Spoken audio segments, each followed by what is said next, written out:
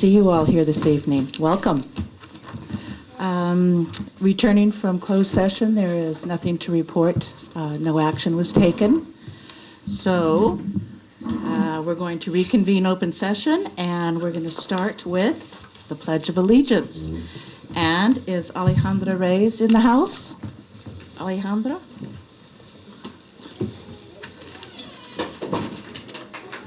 Alondra, I mispronounced your name, didn't I?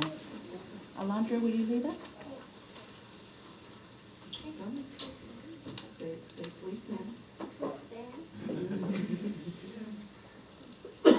Allegiance to the flag of the United States of America and to the republic for which it stands, one nation, under God, indivisible, with liberty and justice for all. Thank you, Alondra.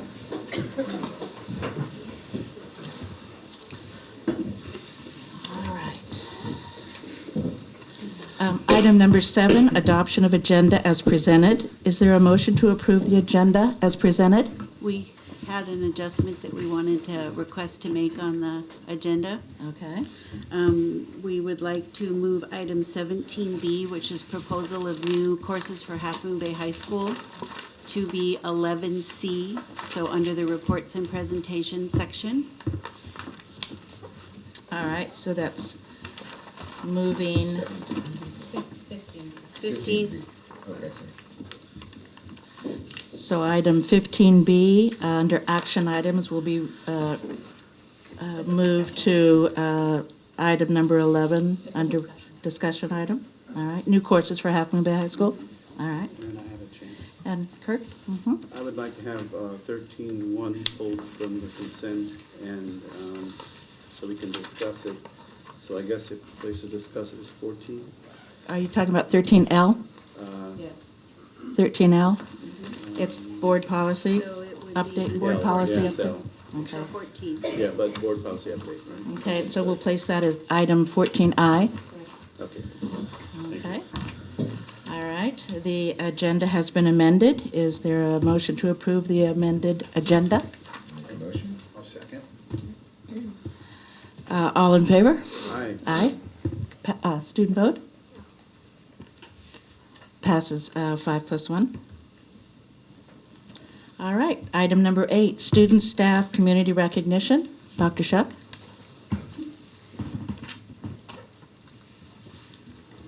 It's my honor this evening to invite Principal Jim Ward up from Hatch Elementary School for some recognition of some very important student, parents, and staff members. And Mr. Ward, we have a request this evening, if we could have you bring everybody up first and let them stand up here so they can get some recognition from the audience. Is that possible? Yes, absolutely. Could I have all the students that are on tonight step up here from our safety patrol?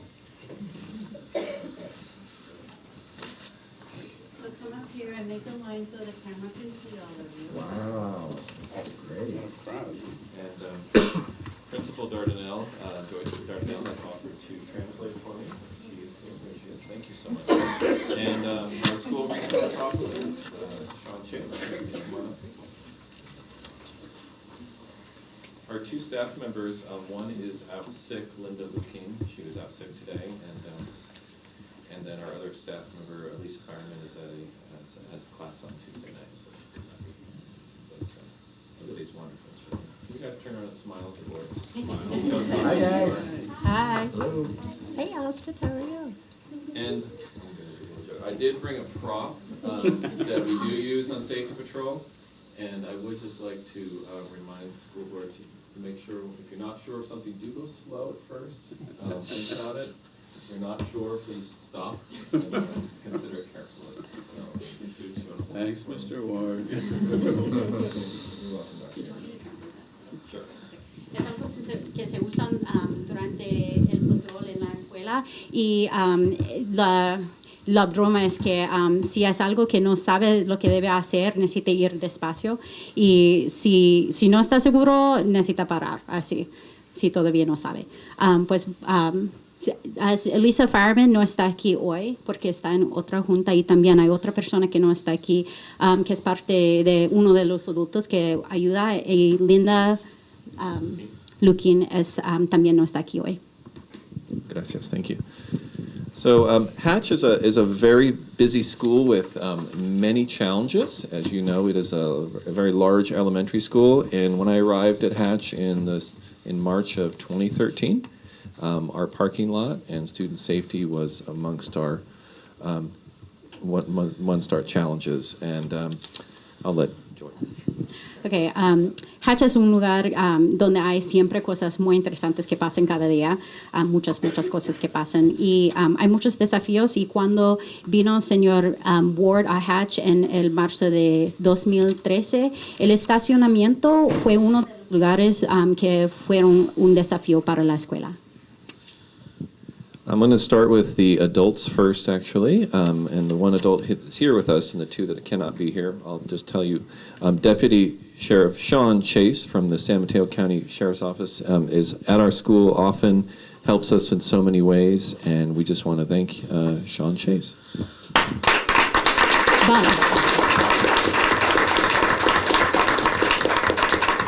Va a empezar con los adultos y primero es Sean Chase, quien es una persona que trabaja con la escuela y con los niños. I want to mention her, Linda Lukin, from our yard duty staff, is kind of our lead yard duty, and she just sets such a good example for our students, and our teachers love her, and we all care so much about her, and she does a great job. And she's not here tonight, but I want to mention Linda Lukin.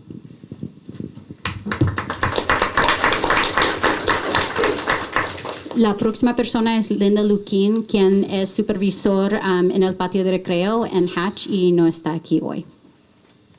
And finally, the other adult is Miss Elisa Fireman, who is our teacher on special assignment and acts in conjunction with me to coordinate our support staff, works with Sean Chase and our students to make sure that everything is running smoothly.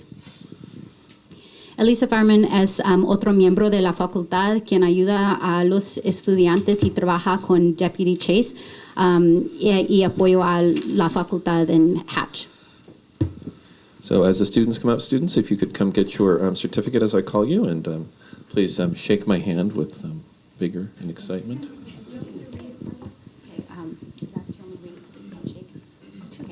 Vamos a empezar con los estudiantes. Voy a decir los nombres en inglés o en español, lo que sea. Enrique Gutiérrez.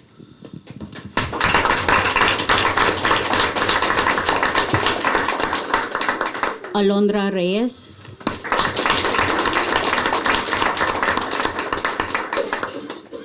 Citlali Rivas.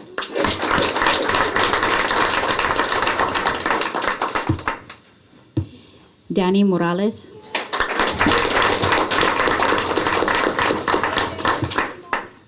Noah Boyer.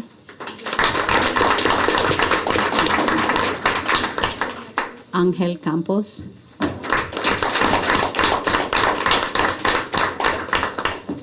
Roberto Patiño.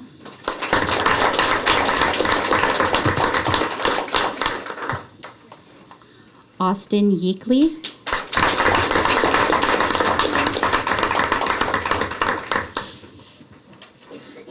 Juliana Gomez.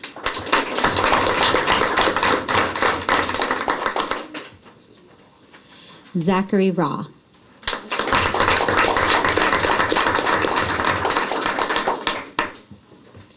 Janelle Acosta.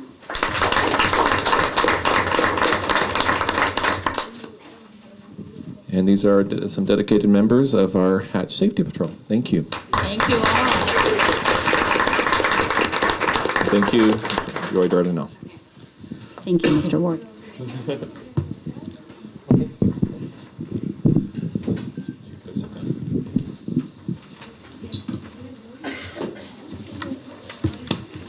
Thank you, Mr. Ward.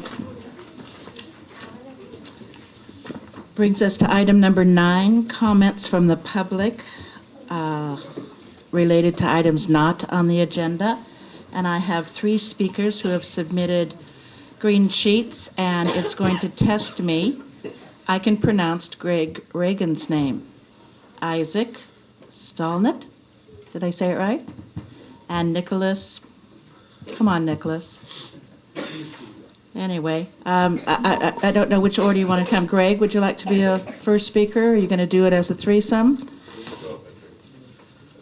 And as you're walking up, I'd like to say that the governing board appreciates and certainly values all of your input in items not on the agenda tonight, but according to California public meeting laws, we are prohibited as a board from responding to anything that you might say tonight. Okay, so we'll not be able to respond, but if you'd like to put it on the agenda as a future item, please contact Dr. Tony Rorick and we can get that to happen, or Dr. Shuck tonight. Dr. Rorick is homesick fighting the flu. So anyway, if you'd like to introduce yourselves and go right ahead. I'll begin. My name is, we're speaking on behalf of... If you could use the mic, that would be great. I think it's adjustable. There you go. Yeah, bring it closer.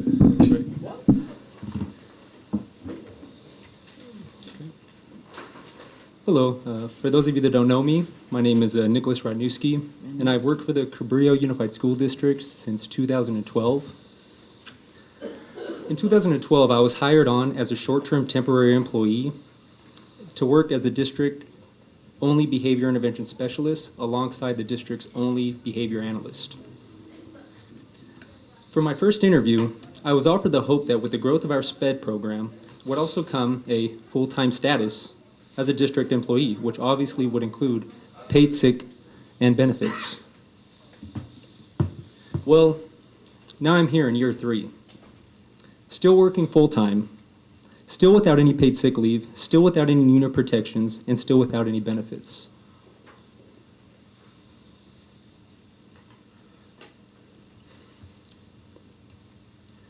I want to pose this question. Does a district employee who has worked in the same capacity, full-time, for the last 3 years, going on 3 years, for the entire academic work year, as well as the extended school year, in the same capacity as the behavior intervention specialist, behavior analyst assistant, whatever my position wants to be labeled as, does this sound like somebody who should be considered short-term, temporary, undeserving of the same benefits other full-time employees of the district receive? And I want to leave you with that question posed. Thank you for the opportunity for hearing me out. And Isaac and Greg would like to also speak on behalf of this. Thank you, Nick. Thank you very much. My name is Isaac Stahlhead. I'm currently the full-time occupational therapist for the district. Similar to Nick, I also have a short-term contract, which for the past, when I signed my contract is essentially the same contract I was signed for my predecessor, which was 9 years ago, and I signed at the same salary rate. And essentially what I'm asking for and letting the board know that this current contract does not have a salary schedule, does not have medical benefits, does not have anything other than just the salary itself.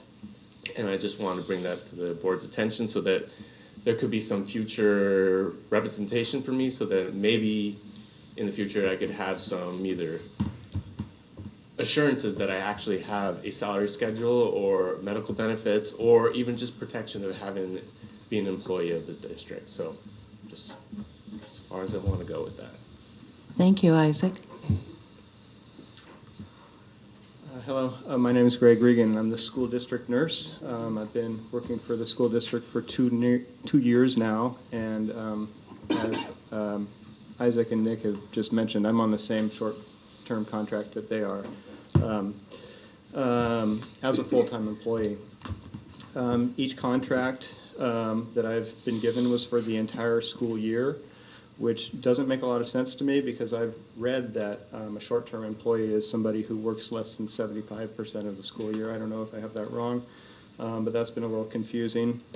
I have 4 licenses with the state of California. I'm a registered nurse, I'm a public health nurse, I'm a credentialed and registered school nurse, and I'm also a California school audiometrist, so I can do the hearing and vision screening. I've been doing that all year. I enjoy my job. I live here. I grew up here. I went to these schools as a kid. I love not having to drive over the hill for work. And since I've been employed here, I've intervened with and met with over 200 students and advocated for them. I have a list with me tonight with all their names on it, and it's not a complete list. I know I missed a few of the kids with scrapes and bruises in the offices when I go in, and it also does not include most of the 1,200 students who I've just performed hearing and vision screening for. Since I'm the only nurse for the district, I'm responsible for more students than most of the school district nurses or full-time school nurses in San Mateo County are responsible for. I've done a study, and it seems as though most school districts have one full-time nurse for approximately every 2,200 kids. So we have more than that here, I believe.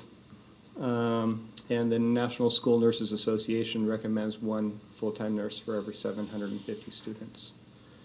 I advocate for all of our students, and I make sure that they are safe and well. And so I feel that the school district should advocate for me as well. My contract does not provide health insurance, sick pay, holiday pay, or most of the benefits that full-time employees are usually provided. I do get a contribution toward retirement, but that's it. Last week, the three of us, at least, were offered Kaiser's medical low plan, which is their most basic plan with the most out-of-pocket costs. And that was offered to us if we would contribute $490 a month out of our own money. So that plan really doesn't benefit me. I already have better insurance for less money. I know that full-time nurses in other districts in San Mateo County are on the teacher salary schedules with the same benefits packages that teachers enjoy. So it makes me wonder why Cabrillo doesn't offer me this as well. I'm hoping that Cabrillo will soon step up to the plate and offer me the same salary and benefits package that other school districts and offer their full-time nurses. Thank you very much. Thank you, Greg. May I ask a clarifying question? Do you serve multiple sites, all three of you? I do. I serve all of the schools. Isaac? I do. I serve all schools. And Nick? Okay, thank you. Thank you very much. Did you want to ask a question? No.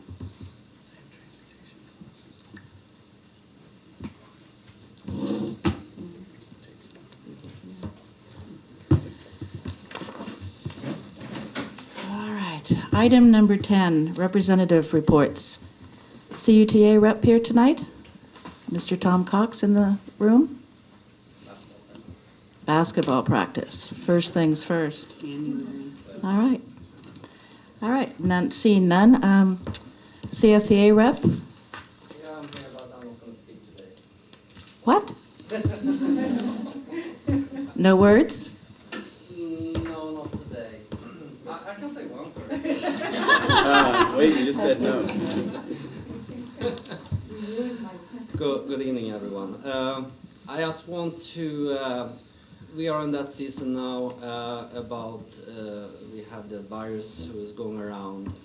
I have myself been affected by my grandson, who is only 7 weeks old and is on ICU at the moment we speak now and very ill. And I just want to say that it's important now when the season starts here that the first thing is that the vaccine is out today, only protect us to 20%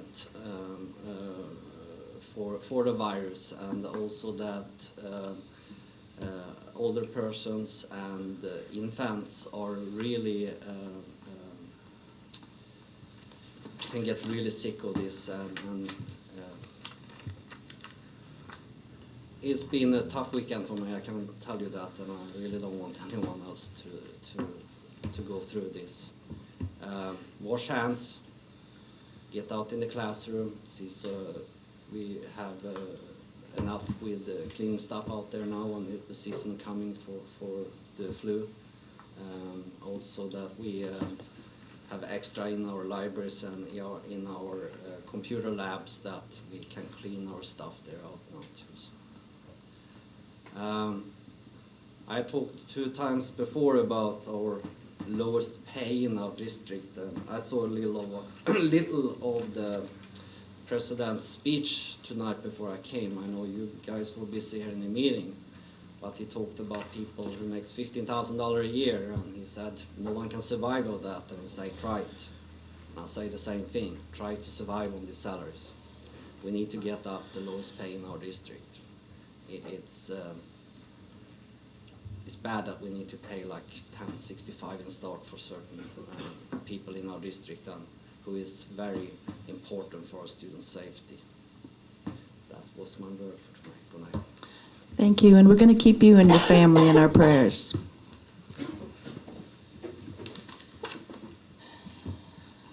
Brings us to item number 11, reports, information, and presentations. So I'm going to invite Principal Martha Ladd from El Granada up this evening. She'll be sharing the transition and implementation at El Granada. And for our board members, there are chairs on either side of the room if you'd like to move from the screen. Thank you. If we'd like to. Just use the iPad.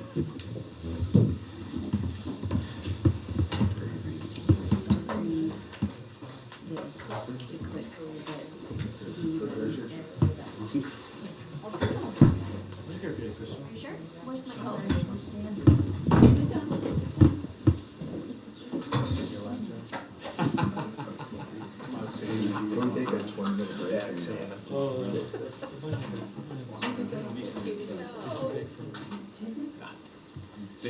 Thin bone. All right, Martha, you're on. Okay, where do I click? That's okay. Okay, we're giving them a chance to come around the room and join us.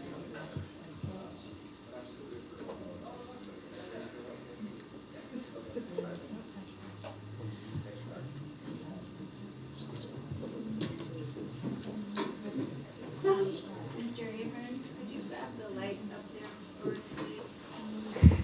Thank you very much. Okay, well, good evening, and this marks a really special occasion for me because it's like my first presentation to the board, and I'm excited to be here.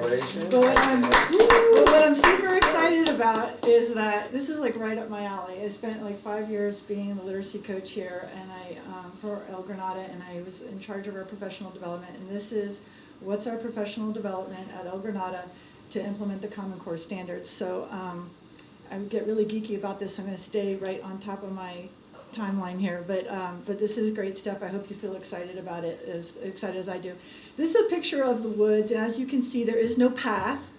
Nobody has gone here before. It's kind of dark and scary, and sometimes this is how we feel about implementing the Common Core. It's new, but as you can see, it's also beautiful.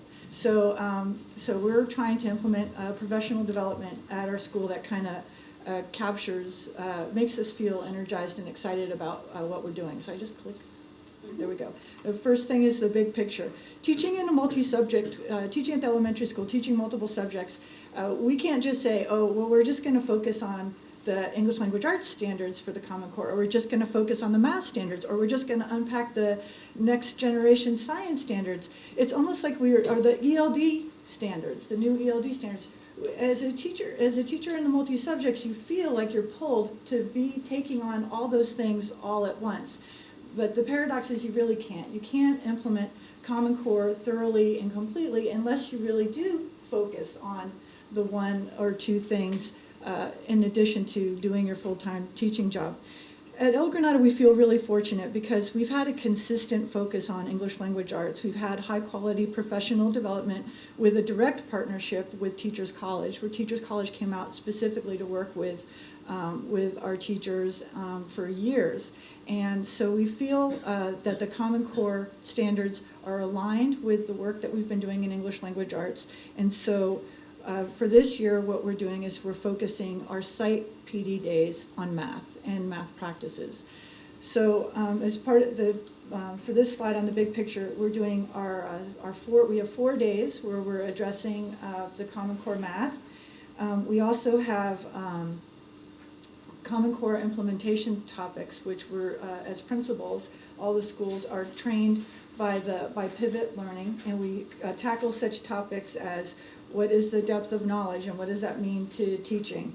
What is the rigor relevance framework, which I get to show you later today. This is very exciting. It's another quadrant.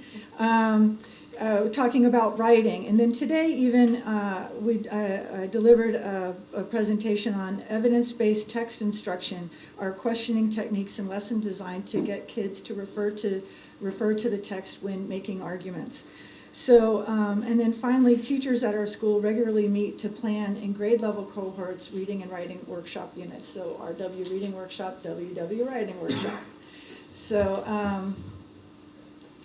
other pieces to our professional development puzzle is that we have started a practice of intervisitations, which is not a word that I made up, but when I started as a literacy coach, that was the word that we called it, intervisitations, but actually means peer visits, teachers visiting other teachers to see teachers practice. And so it's a way to authentically share your practice, share your data, and share student work. In April, we're going to be having a professional development delivered by the elementary principals on informational scoring. So that will cover a piece of our writing package. And just last week, we had professional development in technology integration across all content areas where our cohort 1 teachers presented different technology uses to our staff, and I have other, I'll be discussing more about each of these things in a little bit later. And then we also, to maintain our solid literacy foundation, our teachers our new teachers are participating in a district-run literacy induction where they're spending, I think they have 4 or 5 opportunities in the afternoon to really understand the basics of reading and writing workshop and how to develop units and how to create a balanced literacy piece in their classroom. So a little bit of a closer look on the things that we're doing is first our PD in math. We're focusing on these 4 areas, of course, content, which is really looking at the shifts in math. So what do you teach at what grade level? The big thing in all the Common Core standards that's different from the old California state standards is that each grade level depends on the grade level before it to cover a certain amount of content in order for those kids to be prepared for that grade level. So in 3rd grade, it stands on the work of kindergarten, 1st, and 2nd grade. More so than it did in the old California standards. The old California standards were very sort of standalone, even within the math content. So what we're looking at in terms of shifts is what do you teach and when do you teach it? So when does time get taught? When does money get taught? So in fractions, like fractions used to get taught starting in 2nd grade, and now fractions is eliminated from the 2nd grade curriculum, math curriculum altogether, and it begins in 3rd grade and of course carries on up through high school. So so we look at what are those content shifts, what do we need to cover? And the teachers are really well versed in content, and so the next piece is the practices. What is it that we want kids to do? And as you probably know, there's 8 different practices that really get to not just skill-based teaching, but concept-oriented. How do kids understand the concepts of math? And what we're kind of finding out is that unless they have these practices in place, a lot of kids become illiterate in math in a sense because they just know how to follow the directions in math, and then when something gets a little bit more complicated, is not what connected to the directions, kids don't know what to do. So the math practices really connect kids to solving real-world problems because they have multiple ways of solving those problems, they have multiple tools for solving those problems, and they can persevere through difficulties. We also are looking at lesson plans. What does a Common Core lesson look like from start to finish? How is it different from lesson planning before, lesson delivery before, and what are the differences? And of course, assessment. In this case, in El Granada's case, we're looking at leveraging formative assessment. Formative assessment really means looking at real time at what students are doing in the class and making adjustments to your practice and the task in real time. And so we're looking at what are those things that kids are going to be doing that we can assess at the moment, in the moment. So that's what our math PD is looking like. So we've covered content and practices, and our next up is lesson planning, and then finally we'll end with assessments. We have collaboration days. Our students are released early every Tuesday.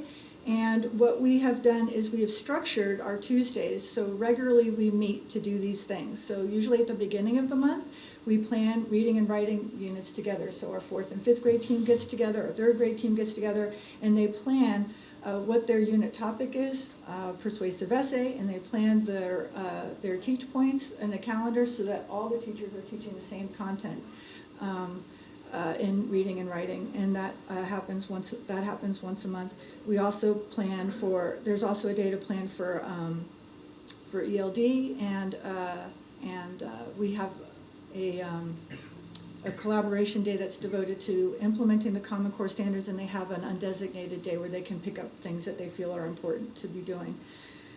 Curriculum mapping, we have days at the end of the year dedicated to curriculum mapping, which is taking a look at our major content areas, reading, writing, and math, and saying, in this month, this is the topics that we plan to cover, and these are sort of the bends in the road.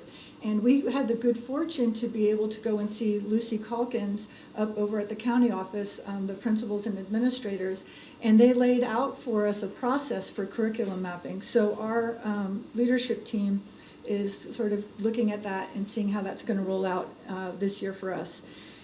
Starting on Thursday, this coming Thursday, I'm excited, I'm not quite ready, but on Thursday, teachers will have, this Thursday, our 4th and 5th grade teachers are having a full day of release time to meet in the computer lab, where we have a working agenda where we're going to examine English language arts data. We're going to examine our instructional minutes and how we use our instructional time. We're also going to look at math resources that our TOSAs have been showing us, and then we're going to do some math planning. And then next week we have 2 days where our TK kindergarten and 1st grade teachers will be released, and then another day where our 2nd and 3rd grade teachers will be released to give teachers time to collaborate around their English language arts data and their math planning. And then a big piece that I feel really strongly about is intra-visitations or peer visits. It's really a place where teachers can have inquiry-based learning on their own practice.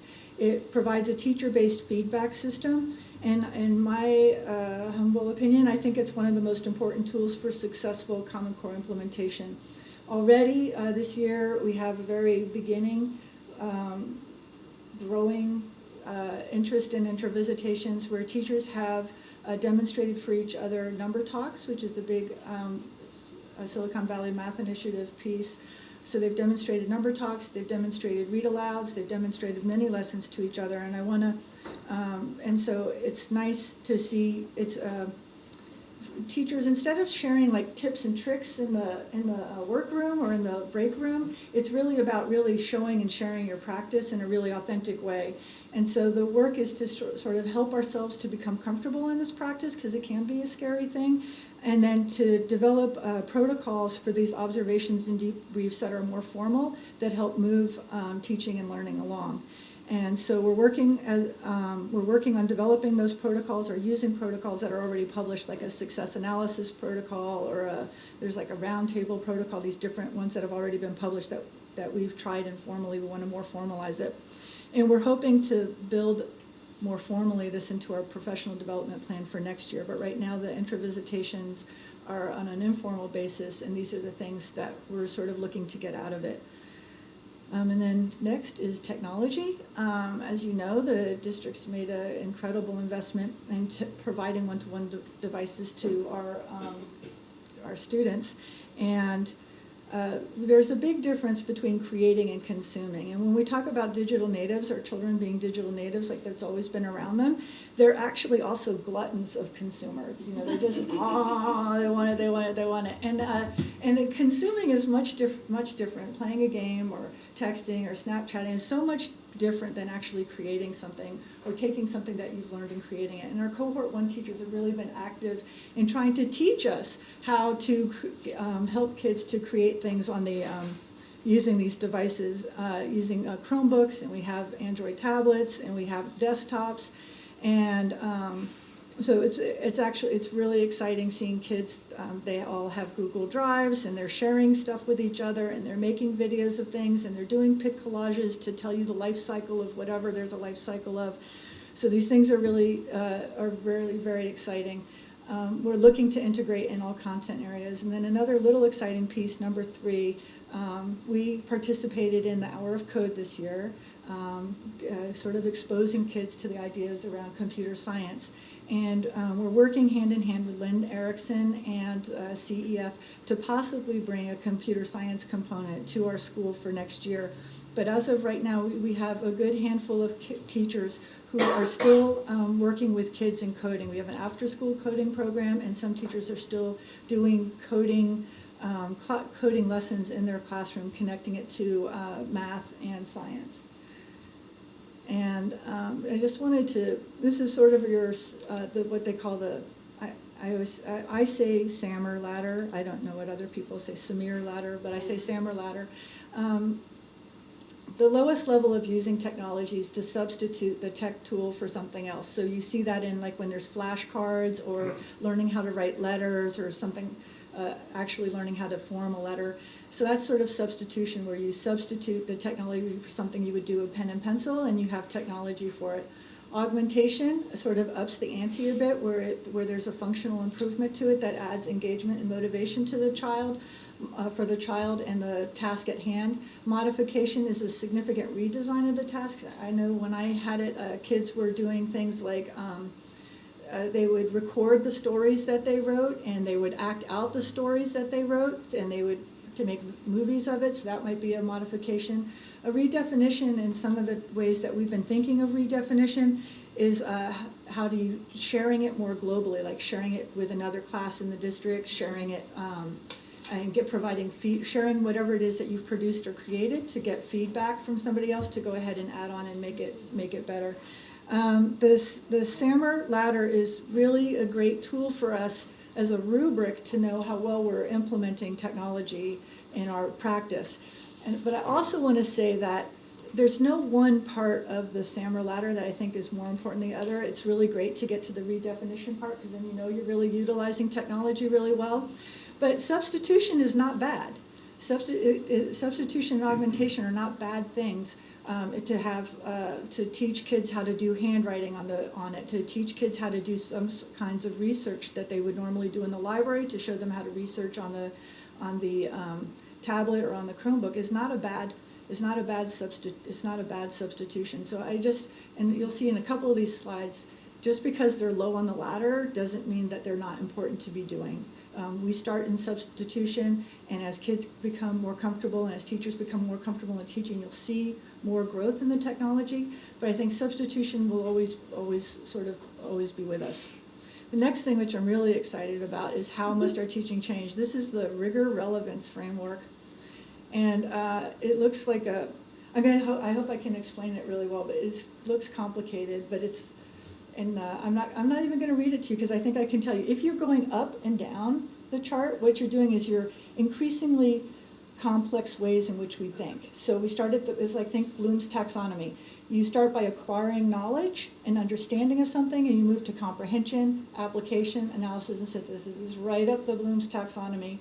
So this is increasing, our thinking gets more complex as we move up the chart. As we move across the chart, it's how do we put knowledge to use. So it's the A quadrant is sort of like you acquire the knowledge for its own sake, because it's cool to know about Shakespeare and to be able to say a soliloquy, because that's just a cool thing to do. But as we move across the thing, it's your use of knowledge to solve problems, to create projects, to design things, to invent, to put on a play perhaps. So moving across the quadrant is putting the knowledge to use, and moving up the quadrant is you have more complex thinking. So in the old Common Core standards, we had to do A and B. A and B. Learn something and show us you mastered what you learned. A, B, A, B, A, B. So in the new standards, you have to do C too. And if you can get to D. So I have a couple of versions of the rigor relevance framework. So here you have your A and your B. You can see that project-based learning, inquiry-based learning runs right from B into C. And then, one of the interesting things is that while many teachers often have done inquiry-based learning, project-based learning all in their practice all along, in order to accomplish the Common Core standards, now you have to do it. Now you have to have inquiry-based learning. Now you have to have project-based learning to really move kids into those C's. So you can't just go A, B, A, B, A, B anymore. And then the final rigor, look at all the different ways you can see this thing. A is the teacher doing all the work, imparting the knowledge. This is really important. Now, just like with the SAMR ladder, you can't, in elementary school, you cannot get rid of A because, for heaven's sakes, those kindergartners don't even know how to make a letter. So how do they learn how to make a letter? Well, the teacher works hard and teaches them how to make the letter. How do they learn how to read? A and B, A and B. But once they get those foundational skills under their belt, then you've got to move them into C. And I think that's one of the big things that we're struggling with happily is what does it mean to move kids into the C quadrant? And then the D is the students think and work on their own, that they've been inspired by the work that they've been doing into school to think in new and different ways and create projects and stuff on their own. So that's the rigor relevance framework. Do you guys love it too? You love it too? Yeah. It's all coming together. It seems like a lot. It's a lot of stuff. And I worry sometimes for the teachers on our staff because it is a lot of stuff. So I wanted to give them something because there's a lot of moving parts, and I wanted them to have a guiding principle, something that kind of kept them. So we've created what we call one standard to rule them all. One sort of thing, when you feel like you're just flipping out and you don't know what to do, I want you to think, I say to them, just remember this standard, and this is it. Schools will be held accountable for sending learners on their way with a deep-seated love of learning and a willingness to follow that love where it leads. And so if you come in, and this is our assessment at the end of the day. Did our work, did everything we do instill wonder and curiosity and excitement for those kids to come back and do it again tomorrow? And our goal is to really answer this question, yes, every single day. And I think we're on our way. And now, this is my favorite part, it's a puppy. Do you have any questions?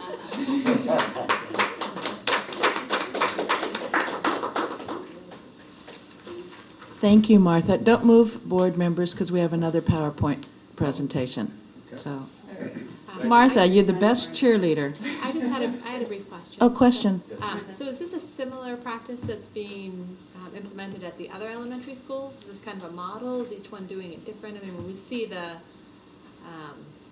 the PD guides and all that, it is slightly different, but are there similarities here? You guys are meeting and talking about this. Can you maybe talk to that a little bit, or if Jim or Joy want to pipe in with kind of what of this is similar to what you're doing, or I don't know, maybe you all have your own day as well, but I just... Yes, so we all will be having our own day, and we're going to rock it, each one of us. But we do have a lot of the same pieces in place. The pivot learning piece is in place at all the schools. We've decided on our own site focus for our 4 staff development days because we're all looking at what does our staff have that they can add sort of more on their own and in their own work. So for me, it was English language arts is something I felt we had, but we needed to work on math, and Jim and Joy may have made different decisions around that.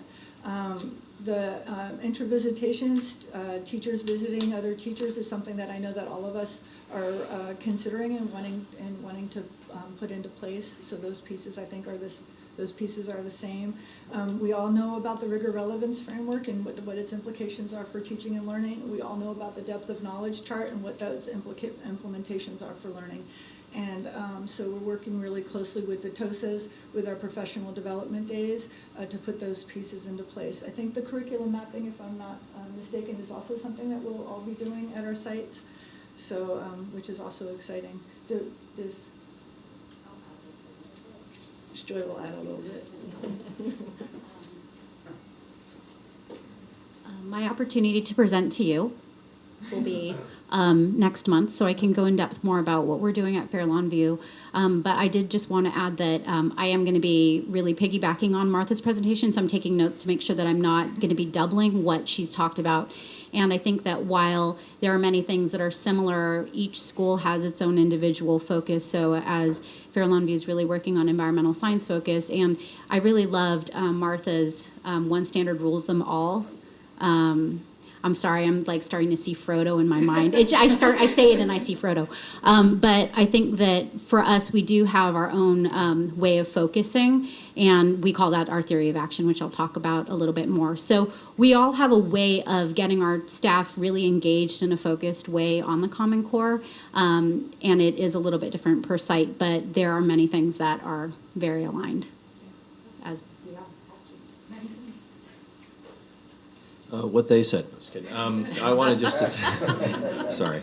I just want to say that we are too doing a lot of different things. We started curriculum mapping with our immersion teachers in August. The district was very generous in giving us the time to do that with the immersion team. The overall staff has been working on it. We're doing some, exciting lab sites at our school that teachers are collaborating, working together with the TOSAs to do some wonderful things, and we will in turn be presenting, I think, after Joy. Is that correct? So. Yeah, it'd be great for your presentations if you kind of draw from this is what she's doing that's similar to Right. what we're doing, just so that we can help to see those similarities. And, Yes. that'd be helpful.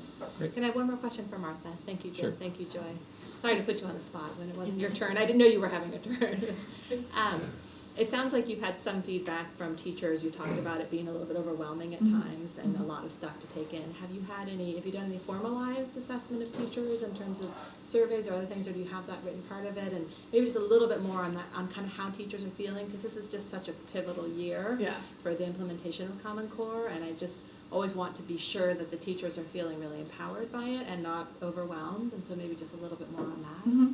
So we're just coming into our professional development cycle for next year, and a big part of that is what's working for you, what's not working for you, how are you feeling about it, and for me, and I know for Joy and Jim as well, I take that really, really seriously about where they feel like a focus still needs to be held, and what they, even down to what they like to do in a professional development versus what they don't like to do. So at every professional development there's feedback, and the feedback that's asked for is really specific to, is this learning that you can take away and use in your practice like right away, and then what kind of support do you need to make sure that happens.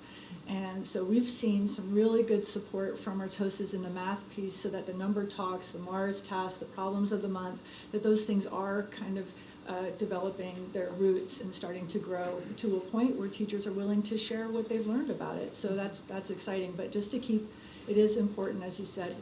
So we have that, and then in this professional development cycle, we'll be getting a lot of feedback to see what our next steps are. And even though I have ideas about what I think I would like to see, from my perspective, I really feel that it's really important to honor exactly what the teachers need from their perspective in order to do this, so that it's not overwhelming. One more question. Do you expect to move from intra-visitation to inter-visitation? Like to see other schools? Yes. Yes, that's... More cross-fertilization? And at what stage would that be? Well, I think it depends on how comfortable the teachers get. I think, we live and work together in such a way that teachers within the site feel very comfortable seeing each other. But with the writing program, our teachers have done visits to other classrooms across the district, so it's just a matter of suggesting it. And at the site level, it's easier because I can coordinate like a PE time or something like that to make it happen. I can jump into a classroom, and so it just takes a little bit more coordination for release time and such to go and do it. But that would definitely be on the table as something that would be worthwhile, because there's great stuff to see up and down the coast. And I think it really helps for articulation too, just to get a good feeling what everybody's up to. Yes. And best practices are. That's right. I encourage you to do that as soon as and as much as you can. It's a wonderful presentation. Thank you. Thank you. Elizabeth, I have a question. Do TOSAs continue next year?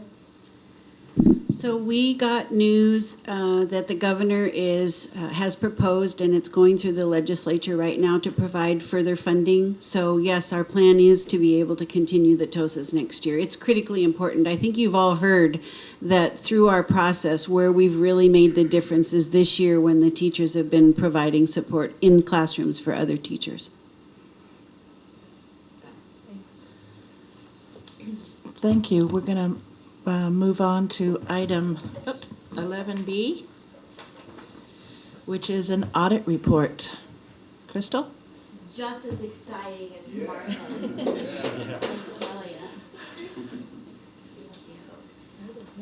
Mr. Chavon could not be here tonight to deliver our audit report, so I thought that I would try to razzle-dazzle you with all of this exciting news. There is actually one slide in here that does make me also very excited, so we will get to that. Am I thinking not working? Okay, so the general audit covers the past fiscal year and looks at all of our financials throughout that year, one entire fiscal year, just to kind of give you a little bit of a summary of that. In 2013, there were no significant changes in the auditing standards. The district was subject to a single audit because expenditures of federal grants did exceed the $500,000 mark. And the state compliance audit procedures include new compliance testing for the local control funding formula, also known as LCFF, the California Clean Energy Job Act, which is our Prop 39 money, education protection accounts, which is the EPA funds, and then the unduplicated local control funding formula pupil accounts. The governmental accounting standards, there were no new standards implemented in 13-14. In 14-15, the district will implement GASB 68, which will require the district to report its share of STRS and PERS, unfunded liabilities in the government-wide statement of the net position, which basically means that we have to report the pension expenditures and recognize them as a liability and include a descriptive information. So we do actually have those already, but they're not fixed within our audits currently because it's not a standard. The revenues for last year, we can still see with our property taxes right here that this was when we were basic aid. And so we rolled into LCFF for this year. And we can see that he gave us a 2-year here. So for 13 and for 14, we were pretty much right on target. Actually, 14 being a little bit higher with the property taxes. The expenditures by function, so this is our instruction. This is going to be mostly our salaries and benefits. That slide makes me happy. Doesn't. And then this is what I really get excited about. There were no exceptions in the audit opinions. The opinions were unmodified, and there were 4 separate opinions or letters from the auditor included in this report. The most significant accounts for the disclosures in 13-14, so they looked at our cash, our capital assets, and our long-term debt. There were no audit adjustments or material weaknesses. A material weakness is a control deficiency that leads to an audit adjustment. There were no disagreements with management. There were no significant passed-on adjustments. A pass-on adjustment is the difference between a number reported by the district and the expected or recalculated number from the auditor. So this is a very nice slide. And then the last one, he wanted just to bring to our attention the Measure S. This is our bond audit, which he does separately from our standard general fund and other funds audit. And then I'd also like to report that there were no exceptions noted in the Measure S bond audit report as well. That's it. Wow. No puppy? No puppy. This was his PowerPoint, not mine. Thanks, Crystal. Yeah, nice job. Thank you, That's the Crystal. end of the presentation. Can I turn the lights on, Madam President? Yes, please turn on the lights, Michael. Thank you. We're going to move to item 11C, which is new courses for Half Moon Bay High School. And Ron, I understand you're not feeling well, so do a quick one. I'm going to invite Principal Ron Campana and Department Chair James Barnes up to explain the 3 new courses that are being proposed for implementing at Half Moon Bay High School.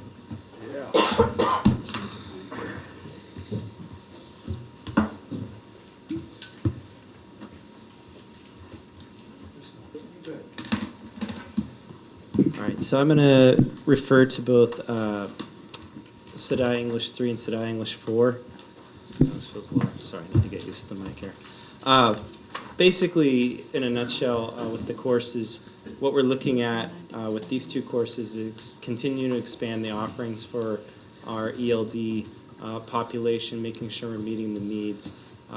Again, the biggest key when you look at, for us, is basically having 3 components that we're supporting our students in with our ELD classes, our CUSD classes, and then our SAS classes, which are student academic support classes to meet their needs.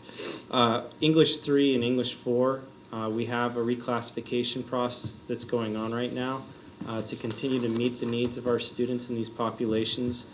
We need to make sure that we offer these courses to support them. In the past, when we've gone from the English CUSD 2 and not offered the English CUSD 3, the students that have been in place in their English 3 classes have not performed very well. The students that have done better have had those additional supports. So it's really important for these classes that they're offered these. As far as their ability to be ready for the next step, which is again our goal is to have them for UC, CSU preparation. For us, it's critically important that they have these classes because statistically speaking, they have a better chance of being prepared and ready for the next level. So that's why the CUSD English 3 and 4 are important. Those are basically the main pieces, other than obviously this is another layer that gives our students the support for Common Core and the core 4 components, so we want to make sure that they're prepared and have the skills to find success. So real quick, this is a substitute for English 3 and 4 for those students that are It would, English language learners? These are English language learners, and so if we don't offer the English CUSD 3, they won't have the continued support. What happens as of right now, the kids that are in the CUSD 2 class, if they go on, we don't have it, so they would be placed in the regular English 3 class, and a lot of times the performance goes down. So this is instead of English 3. They're not taking this and then also Right. English 3. It's not Right. support for English 3, I guess is what I'm trying No, to say. it's basically, it's a modification of the English 3 class, so it's a support. And so if they're just academically, as far as the supports and the style of teaching, they don't do as well as if they're placed in the English 3 class. The levels of scores that they have and grades go way down. And are these children who have not yet been reclassified? They have not yet been reclassified, and that. Sorry, go ahead. We're in the process. I can't give you stern numbers yet because Katie Dugan, who's been very helpful to us, is working with us, so we're still finalizing those numbers, but I can safely say that there will be a need for both of these classes when the reclassification process is finished. So about how many, though, are there? I was looking, understanding that there weren't that many EL students still by the time they're a junior in high school, that it was maybe 10, 15, but maybe I have those numbers wrong. So I'm just curious what the sense of those numbers are. Katie, I don't know if you know. Or There's a. I don't know an exact I don't know an exact number, but it's more than 10 to 15 per grade. Oh, it is. Okay. Yeah, it's in general it goes down as they get into the 11th and 12th grade, but there's more than 10 to 15. Okay. So are we in more than one class, or we Right. don't know yet? You guys put me on the spot. Well, we're still looking at the final numbers because Katie's been helping us, but it's safe to say that there is a strong possibility that there would be more than one class at each of these levels. We just got CELT scores a couple weeks ago, so it depends on how many students get reclassified based on their CELT scores and their grades and the other criteria. Right. And so this is just for those that have not been reclassified. So if they take CUSD 3, they're obviously going to take CUSD 4? Unless they get reclassified at the end of their junior year. And then what happens to them? What English class do they take as seniors? It would be English. It would be English CUSD 4. And so No, English, if they're reclassified. Oh, if they're reclassified, yeah. If they're reclassified, then they go into English 4, which they would have had trouble with at English 3. So what, what makes them, the reclassification will, as a reclassified student, they will be capable of doing English 4 work. That is the intention, that when they're reclassified, they are ready for the English 4 course. To answer your question also too, which I think where the concern is, we're currently in the process of realizing that we need to revamp the curriculum and the support for these students as far as with the ELD classes and the SEDI alike. And so we have, with Katie's help and supervision, our ELD department and department chairs going to be spending a day looking at, on February 9th, the current curriculum we provide and looking how we can better prepare the students, because one of the big concerns has been getting these students moved out and prepared for the next level. So I think that's kind of your question or concern, is how do we know these students are going to get to that next point? Yes. And it's a concern that we have, but we're working on it. We've been in good communication, and when we materials and otherwise, we're already in place of making sure these things happen. Thank you. Any other questions? Nope. I'm going to turn it over to my interim assistant principal, James Barnes. Thank you. Hi again, everybody. Hello. I'm back with another course for the Social Studies Department. This is one I'm very excited about. It's something we've been working on for a while now, both considering it and then the process of going through it. But this is the AP Human Geography course that we're planning on offering in this next school year. What this course would be, it would give us actually a full stable of advanced placement courses for the entire social studies program, all 4 years. AP Human Geography would be a one-section pilot for this coming year that would replace the freshman studies, freshman social studies course. It would be like the way we have AP U.S. History, replaces sections of U.S. history. So this course would be for, we'll be very carefully selecting students for this, working closely with counselors to have, these are 9th grade students. And so, for a while I was unsure whether an AP course was really appropriate for that grade level. So these are going to be 14-year-olds and so on taking an advanced placement course, with college credit possible. After they take the AP Human Geography test. I actually did a visit to a school where I saw it in action for 9th grade students, and it looked like a very positive experience for those kids. And it's actually one of the most accessible advanced placement courses. I also teach the AP US History, which is a difficult course, and this is going to be advanced work, but I think it's a much more broad and general, and it's not so much the heavy reading load as it is more multimedia in its the way we want to access it.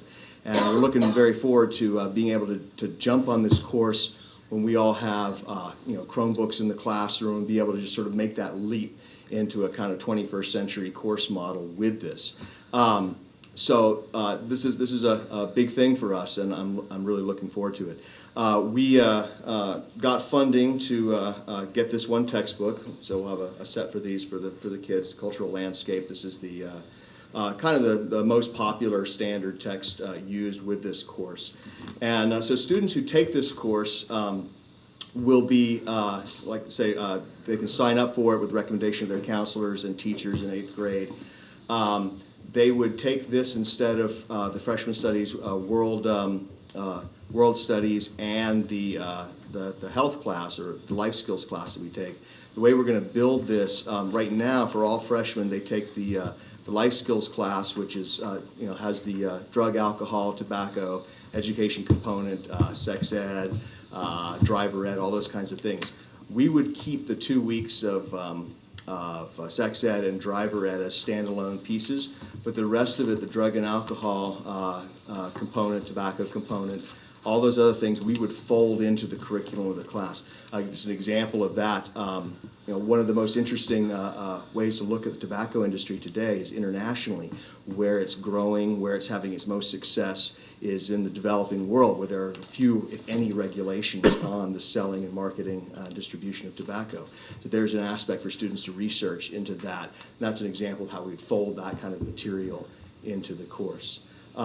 So we have funding all set. We have curriculum developed. The approvals are all there with the College Board, A through G, et cetera. We just need your blessing, and and we'll run it this next year. So again, I'm very, very excited about it.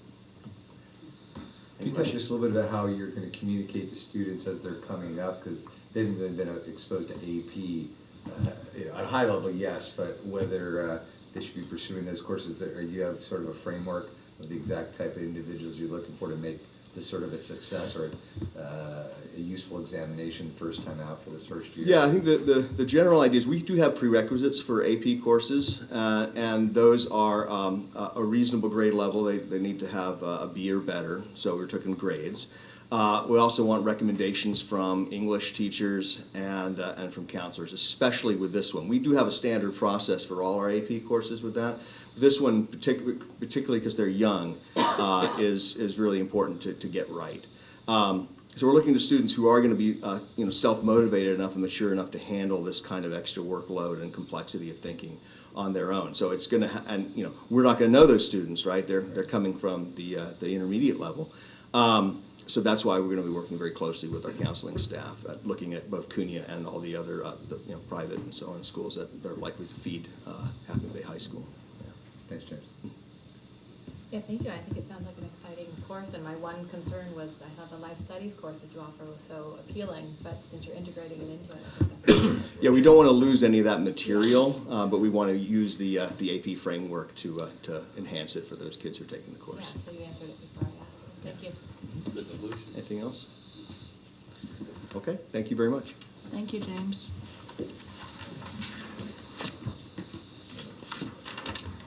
That's it. We're moving to item 12, communications.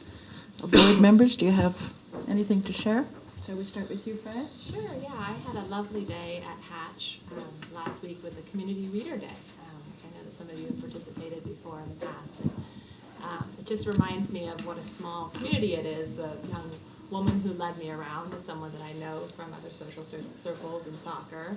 And after the first class, she actually volunteered to read one of the books, and it was just wonderful. She, Kate was also there that day, and so I would read I read the first two, and she read the third one. And it's just a wonderful day to kind of read to students and talk to them about how you use reading and any struggles. I had trouble learning to read when I was little, and so I like to share that with third graders who also might be having trouble learning to read. So it was fun. And I'm continuing my visits. I'm going to Kings Mountain on Thursday, and plans for Pilarcitos, and then I will probably hit all the schools again. So look for me. But I love doing that. It's been really fun. So that's all. Thank you. Michael? Nothing. I have nothing. Other than I did do the Community Readers Day with Freya at Hatch, and it was a delight. Thank you, Mr. Ward, and Jennifer for organizing that. That was great. I'm going to pass. I have some other things to talk about later under 14L. Mm-hmm.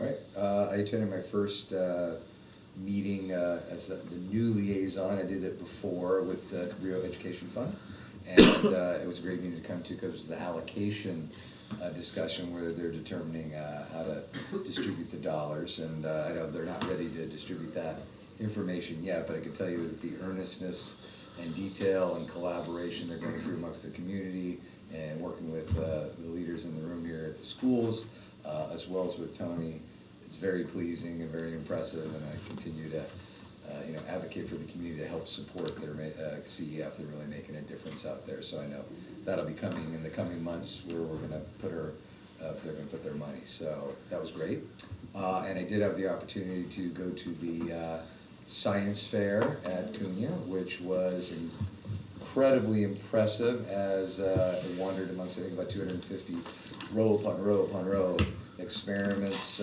perfect temperature for laying eggs, things on the impact of the color of highlighters, different things on botanicals and so forth, and how they're fertilized in different circumstances. It was very impressive, and I will brag a little bit, much to my surprise, because I had no idea, but my daughter was a grand prize winner for the science fair, so I was very proud. But thank you for Jared and all the staff there and all the work that goes into that. It was, you could see all of the hard work and engagement of the students, which was the most impressive part. So It's always amazing that they come up with so many new topics. Crazy. Different. Thank you, Rob. Yep. Irma, do you have something? Yeah.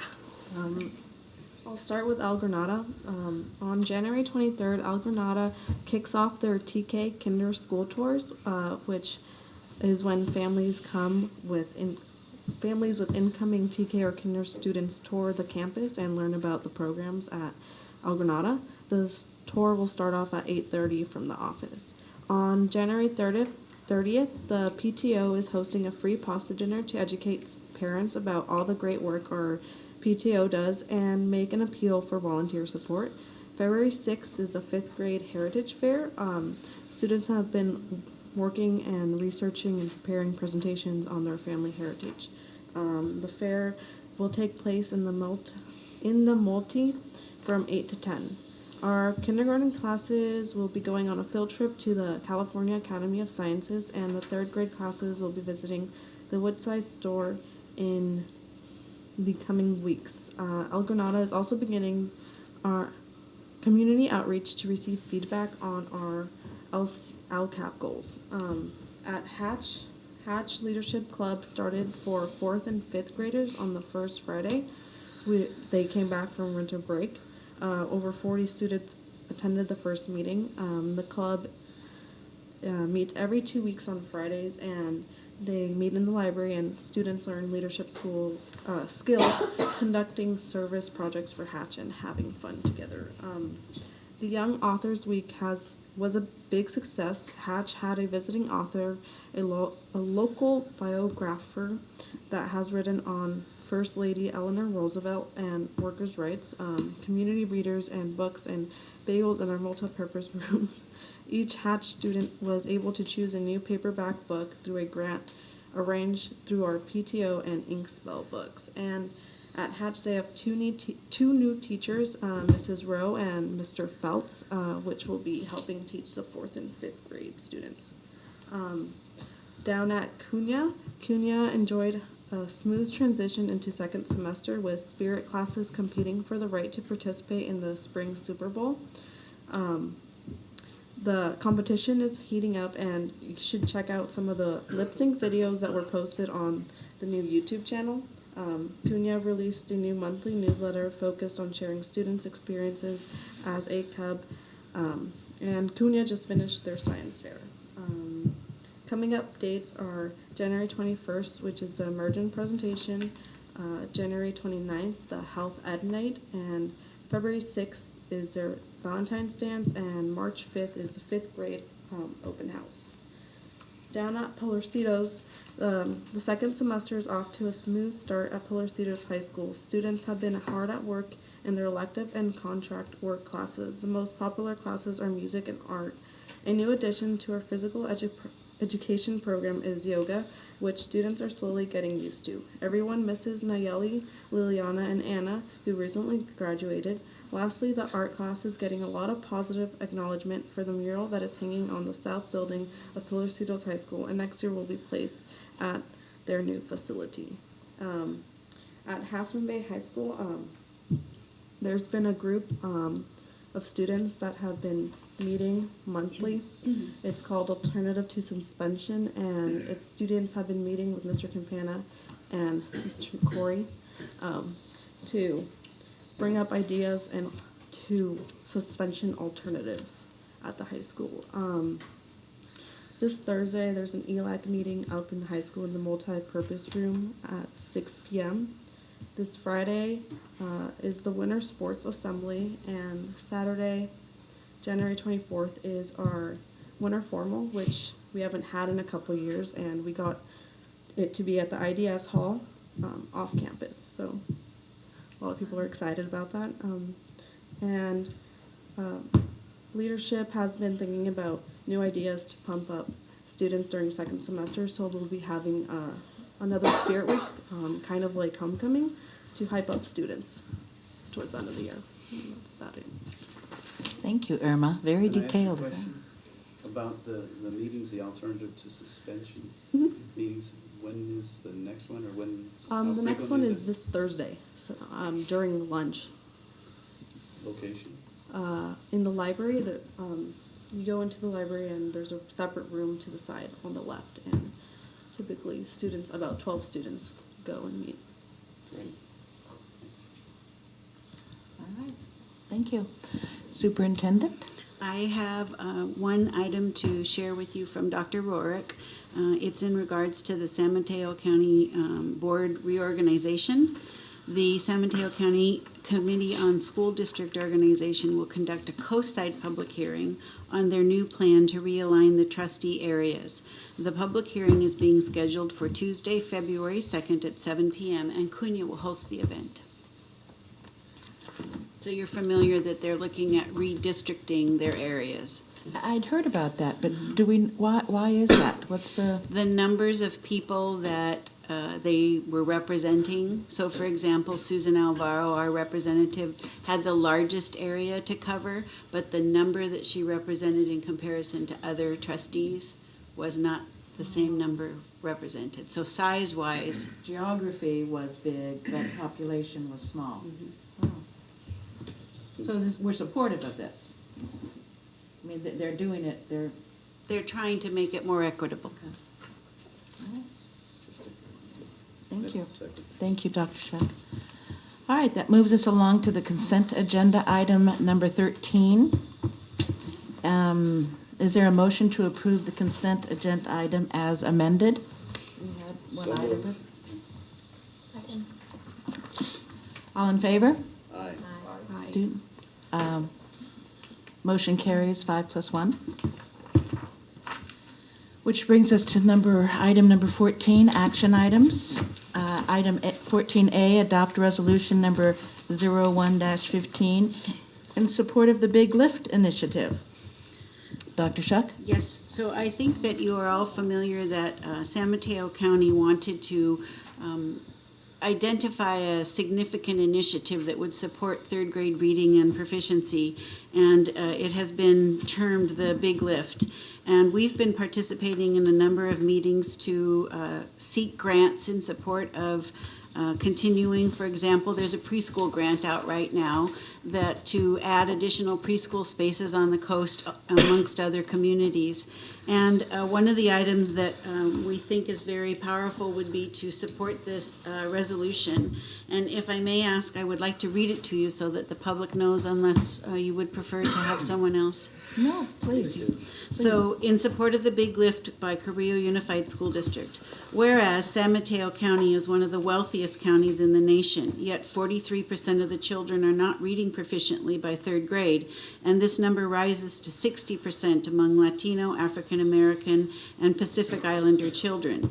And whereas San Mateo County launched the Big Lift to advance a bold new vision for early learning to address the literacy gap, and whereas the Big Lift is a collective impact collaborative led by the San Mateo County Board of Supervisors, the San Mateo County Office of Education, and the Silicon Valley Community Foundation, and made up of over 100 organizations representing the education, business, government, philanthropic, and nonprofit sectors. And whereas the Big Lift's approach integrates high-quality learning experiences from preschool to third grade, a focus on reducing chronic absenteeism and summer learning loss, and the engagement of parents and the broader community to support learning in school and at home. And whereas the Big Lift recognizes the importance of investing in early childhood learning, participation in high-quality preschool positive impact school readiness, and ensures that children have the opportunity to be successful in school and in life. And whereas only half of the county's children can afford preschool, when education and child development experts view it as essential, and whereas third grade achievement is recognized as a crucial turning point in children's educational trajectories and is a key indicator of whether children will graduate from high school.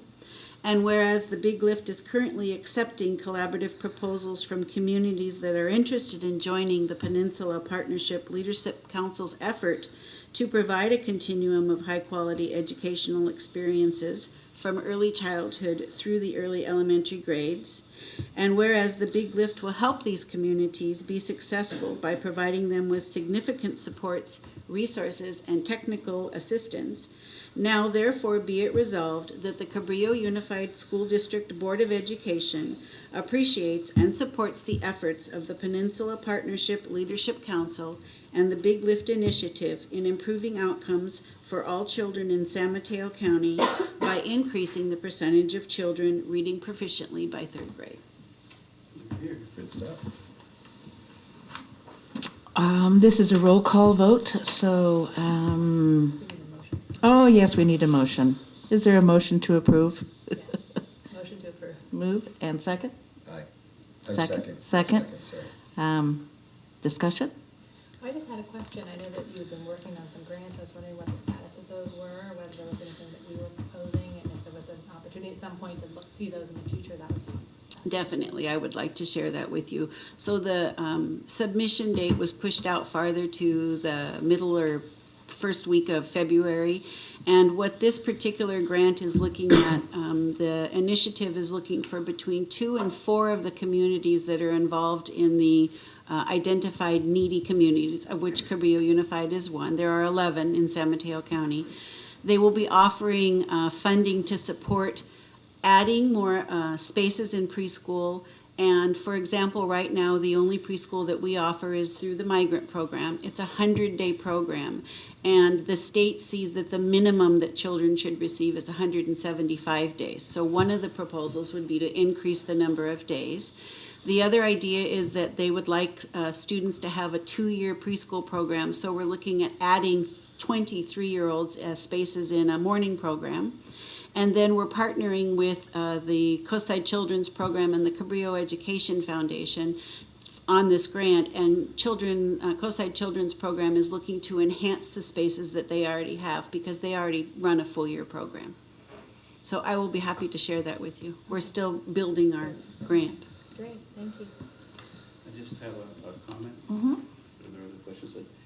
This is just such a huge thing.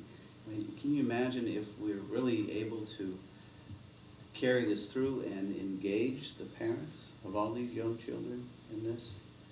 That, well, let's see, that'd be 14 years down the road.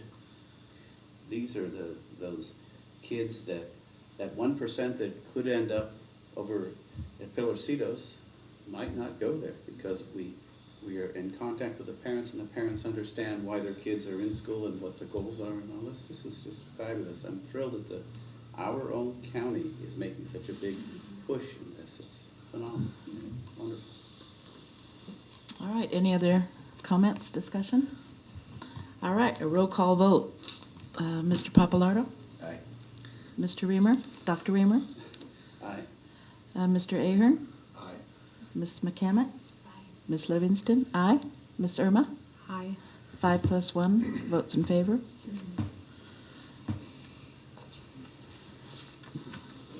Item 14B, approved textbook adoption for Half Moon Bay High School. Dr. Shuck? So we brought last month the proposed textbooks for the previous courses that had been approved by our governing board. Those books have been on display at the district office. They're actually in the back of the room if anyone still would like to look at them. So we're asking for final approval for textbooks for the new courses that will be adopted at the high school. All right. Is there a motion to approve? So moved. A second? Second. Michael, second. Is that all right, Michael? Second. Any discussion? Just a comment about this, the course in veterinary sciences is a very interesting idea and wonderful.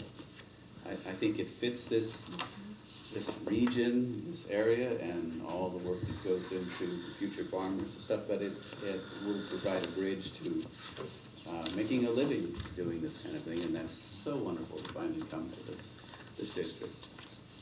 Great. And the other courses are, of course, important as well. All right, there's been a motion moved and seconded to approve the textbook adoption for Half Moon Bay High School. All in favor? Aye. 5+1, motion carries. Item 14C, approved Medi-Cal Administrative Activities Agreement. Mr. Corey? Thank you, President Livingston. Presented to the Governing Board this evening is a Medi-Cal Administrative Activities Agreement. This is the first year that we've been asked to bring such an agreement before the Governing Board, and that may be due in part due to the major transformations that have happened with MAW funding. I know when I came here 9 years ago, I was told I was in charge of MAW. I said, what is MAW? I said, let me get back to you on that, but you're in charge of it. But MAW has been a program that's been in place in our district for many, many years for a variety of different reasons, and not just because it's revenue generating, but also because it provides medical services to students and families in need. It's a reimbursement, federally funded reimbursement program for students and families in our district. The process has almost gone full circle from having all staff in the district participate in a time survey during quarterly assessments, week-long, 5 days of assessment. We, over the years, have at the protocol has changed, the rules have changed, identifying a smaller group of staff that involve primarily special education staff, mainstream teachers, anyone who's involved mostly in parent meetings where they're providing and linking and networking students and families to Medi-Cal services.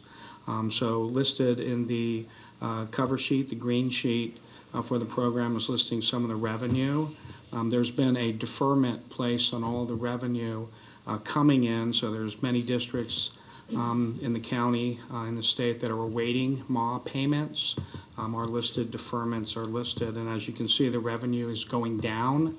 The way the program is set up this year is that a limited random time survey will be implemented where we get notification that we have 3 or 4 employees in the district that are to document their time over a 5-day period. So while the revenue has been going down, and while many other districts have said, you know what, it's a lot of time, it's a lot of effort, we're no longer going to participate, we are continuing to participate for a variety of different reasons, including services to students and family and the potential revenue generating capacity. So this is a requirement from the Region 4 coordinator, Michelle Coward, to have the Governing Board approve this Medi-Cal Administrative Activities Agreement. Is there a motion to approve? So moved. Second? Second. Any discussion? A good idea. John, are we going to have a MAW coordinator? We actually do have a MAW coordinator, and it may be a golden opportunity to introduce Steve Goldberg to the Governing Board. He is performing MAW duties within the Personnel Department. So he is the point facilitator within the Personnel Department for MAW services. Hi, Steve. Welcome. Thank you. And another question, John. Will we be getting the deferred payments anytime soon? What's the hope on that? Yeah, I think Steve and I have gone back and forth in that area, and if we could reimburse him for every time he's asked that question, we might have additional money coming into our district. So we hope to receive that. I don't think there's any scheduled date of when that money will come in, but we are anxiously awaiting it, like many other districts in the county and the state. All right. Well, you'll let us know when that happens, right?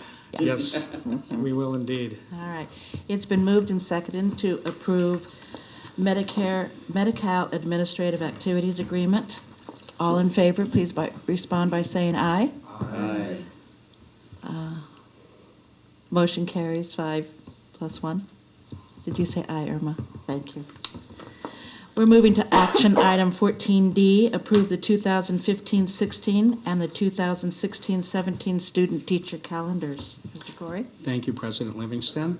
Presented to the Governing Board this evening, the long-awaited 15, 16, 16, 17 student calendars.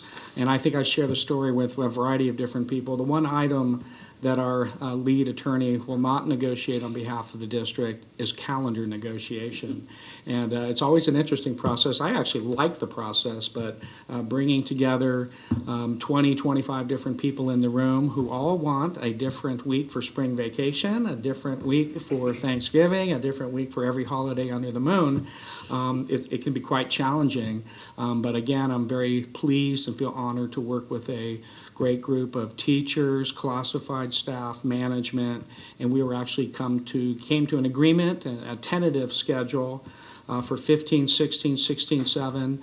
Those calendars left the room, and subsequently received multiple requests to change the calendar away from the table. Spent some time addressing why there's challenges embedded in that. But both calendars were unanimously ratified by CSEA and CUTA. So being presented to you this evening are two calendars that have been ratified by the general membership for both associations. And very quickly, 15, 16, and 16, 17 calendars. We always I'm going to quickly go through the start dates. In August of 2015, we are very fortunate to still have one staff development day. I know we'd like more on the 17th of August. We have two work days on the 18th and 19th, and the first day of school is on the 20th. And I'm going to give you the abbreviated version. We went back and forth. Is it best to start the school week on a Monday, or is it maybe better to start with a shorter week, a Thursday, Friday, and ease our way in to the schedule? So these are the types of discussions that took place amongst employee groups within the district, and we landed with a Thursday, August 20th start date. The calendar flows pretty consistently through September, through October. You can remember perhaps in past we took Columbus Day, not necessarily took Columbus Day, but we took that Monday. Teachers had asked that we maybe look at maybe taking a break. It's a long run there, and take a break in October. We decided not to do that because as we move into November, probably the most long-awaited discussion item in our district is to take the entire week of Thanksgiving off as non-school days. And you can see the calendar for 15, 16, and also 16, 17 notes that we will not have school the week of the 23rd of November, thus giving as many students throughout the state have that entire week off. So if you haven't booked your flight yet, you can, pending approval by the board, seize that opportunity to have an extended family time. And that's something that was met, I think, with great agreement from all parties in the room. Where were those days made at? Because those are 3 days that are not school days. Was it the beginning of the year? Was it the end? Was it a combination? And it's a great, it's a great question. And just generally speaking, you start earlier, you're going to get out earlier. And I have a lot of friends that attend a variety of different schools, public schools, and you go longer than us. Well, you all go basically 180. It just depends on how you want to cut it up. So the earlier start date, sometimes we start the week of the 24th. We didn't take any time in October, which we've taken before. So it's basically just taking a little here, a little there, but I think it's spot on to acknowledge that those are 3 days that are made up somewhere else. Our students are not attending less instructional days. They're making those days up somewhere else, and it may be indeed attributed to the earlier start in August, starting as early as the 20th. Do I hear a cricket out there somewhere? Agreeing with me, hopefully. And then moving into December, we have 3 weeks in December. And if you recall, we had a long anticipated desire to end the semester at Half Moon Bay High School before the winter break, and that we previously had completed the end of the first semester at the high school in the second or third week of January. So we retained that opportunity for Half Moon Bay High School to end the semester prior to the winter break, and that was well received by the high school participants as well. And then moving into January, you can see the outlined holiday of January 1. It's a nice clean break. We don't have a return date of a Friday, January 2nd, as we have this year. You can see the holiday again on the 18th. The February break is listed as well. That's a pretty consistent break that teachers, staff, classified staff, management in the district take on an annual basis that some other schools do not take. Moving into March, You can see St. Patty's Day is yet to be recognized as a holiday, but at some point in the future. Interesting to take that 25th, that is a holiday that's commonly tacked on to the spring break, and per the CSEA contract, it's noted the Friday before spring break. So that's a Friday there that's listed. The week of April 11th through the 15th is the. That normally is tacked on, but this year it's not. Yes, historically. Is that Good Friday? Well, it is Good Friday, but I suppose to be PC, we refer to it in different context. And then we have moving into May the 30th. It's a long stretch there, and then transitioning into June. You can see that the year concludes on June 9th with the workday on the 10th. So it's a variation of the calendar, for the most part the same. I think the big difference is the start date in August and also the week off of no school. They are work days for year-round employees the week in November. And then on 16-17, I'm just going to quickly go through. You can see the staff development, the 2 work days on the 18th, 19th, the first day of school is on the 22nd. Was some discussion, is it better to be consistent? Thursday 1 year, the next year Monday. But remember the advance notice, pending approval from the board this evening, these calendars will be distributed en masse to our parent and community staff as well. September rolls pretty smoothly. October, a little bit of a twist here due to some requests from people on the committee. We wanted to perhaps look at an opportunity in October and then you can see how it rolled out, to take the 7th and the 10th off as non-school days, and that's how the calendar proceeded to flow. And recall we took Columbus Day in the past as a one-day non-school day. So it's kind of a return, if you will, to having some time off in October. November again proceeds.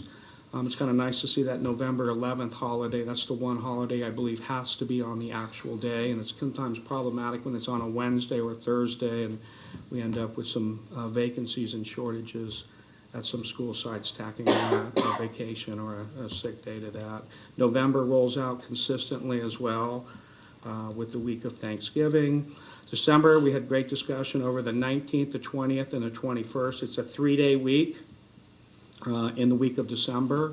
And obviously always aware of attendance patterns. Will some families, perhaps not at the high school because they're going to have finals those 3 days, will other families take that week off, but we believe that they will be with us.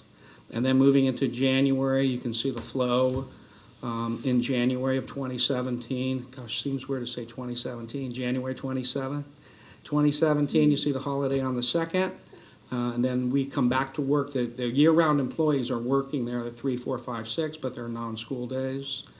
Work day on the 9th, and then in February we have the week of the 20th through the 24th, and then rolling straight long month in March, and then we have our spring break in April, and then we have our May 2017 and June 2017 with the last day of school on the 15th and the work day on the 16th.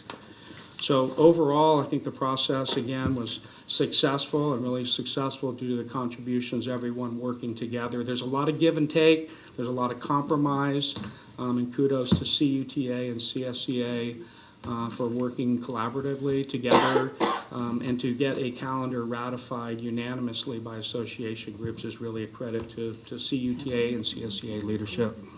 So these calendars are presented to the governing board this evening for approval. All right. Is there a motion to approve? So moved. Second? Second. Any discussion? We're good? I think we got it. All right. It has been moved and second to approve the 2015-16 and the 2016-17 student-teacher calendars. All in favor, please respond by saying aye. Aye. It is passed. 5 plus 1 have approved. And we are on to action item 14E, accept the audit report for year ending June 30th, 2014. Yes. Crystal? Thank you. Ed Code 41020 requires that each district provide an audit of the accounts and funds of the district in each fiscal year. Siobhan and Associates came and did our audit for the fiscal year ending in June 30 of 2014. The independent audit was conducted in accordance with the government accounting standards, and no material findings were present.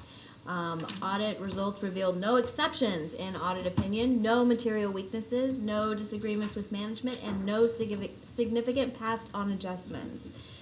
There is no financial impact to the district, and I ask that you accept the audit report for the year ending June 30th, 2014. Is there a motion to approve the audit report for the year ending June 30th, 2014? I will make that motion. Second? Second. Any discussion? What kind of a report card grade does this get? Is this like an A+ or an A? This is an A+.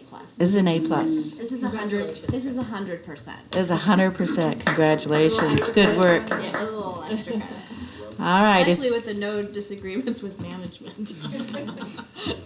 I noticed you got, and there are no. Yes. It has been moved and seconded that we accept the audit report for year ending June 30th, 2014. All in favor, please respond by saying aye. It carries 5-0 plus 1. Thank you, Crystal. Item 14F, adopt resolution number 02-15, authorizing representatives of Cabrillo Unified School District as Signatories. signatories effective January 21st, 2015. Thank you. This is a little bit of house cleaning to recognize the signatories that the board designates for our local bank account with First National Bank in Half Moon Bay. It is to adopt a resolution authorizing representatives of Cabrillo Unified School District as signatories effective January 21st, 2015. Is there a motion to approve the resolution authorizing representatives of Cabrillo Unified School District as signatories? So moved. Second? Second. Any discussion? None. All right. It has been moved and second to approve the resolution number 02-15. This is a roll call vote. Michael? Aye. Freya? Kirk? Aye. Rob? Kate? Aye. Irma? Motion carries 5-0 plus 1. And moving on to item 14G, approve a proposal for a new district-wide copier lease agreement. Yes, this is something that I actually have been working on since before I even started here, through many emails, and was a top priority for Dr. Rourke to have me work on. And a year and a half later, we are actually finally there. In early 2014, the business department began assessing all of the sites and the copier needs of the district and looking at each individual lease, the lease options that were out there, what we currently were doing, and what we could do better. As those leases started to expire, we started gathering a good date and time that we could implement a district-wide lease option for the copiers. It is now that time. The financial impact will not exceed $53,000 a year, 53 and some change. This will upgrade the copiers at the sites with state-of-the-art copiers that are all networked, able to scan, and a lot of three sites, including the district, will get a much more efficient copier to really go with the amount of copies that are made. And this just moves us definitely into a direction that we need to move technology-wise with copying and printing. Is there a motion to approve? So moved. Second? I'll second. Discussion? Black and white? Most are black and white. There are a couple colors going in at some sites in the administrative offices. Can the black and white scan in color? The black and whites do not scan in color. Maybe it wouldn't cost much to make it. Yeah, it may not. I'll check into that. Because it's a good still very, point. very handy to have its scanning ability. In the color. So the scanning is going to be a huge benefit from the sites to the district. We still have El Granada faxes us, so it's so So it'll be, yes, faxes. You're the tech site, right? That's the STEM campus? Did I hear that right? We still know how to use the fax. Okay. So, We walk everything. So we're definitely moving in that Hire direction. Fred Flintstone to drive it, maybe? Yeah. Okay. So all the sites will receive equal Xeroxing capability? So the assessments were done per site to see what sites need what and so forth, and spoken to their principal and also the admin assistants and so forth.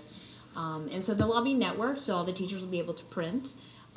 They can set them up per site too. I know that Mr. Dooley was, going to have his teachers have codes so that they release the jobs at the printer. So this prevents excess printing, mistakes from happening and so forth like that.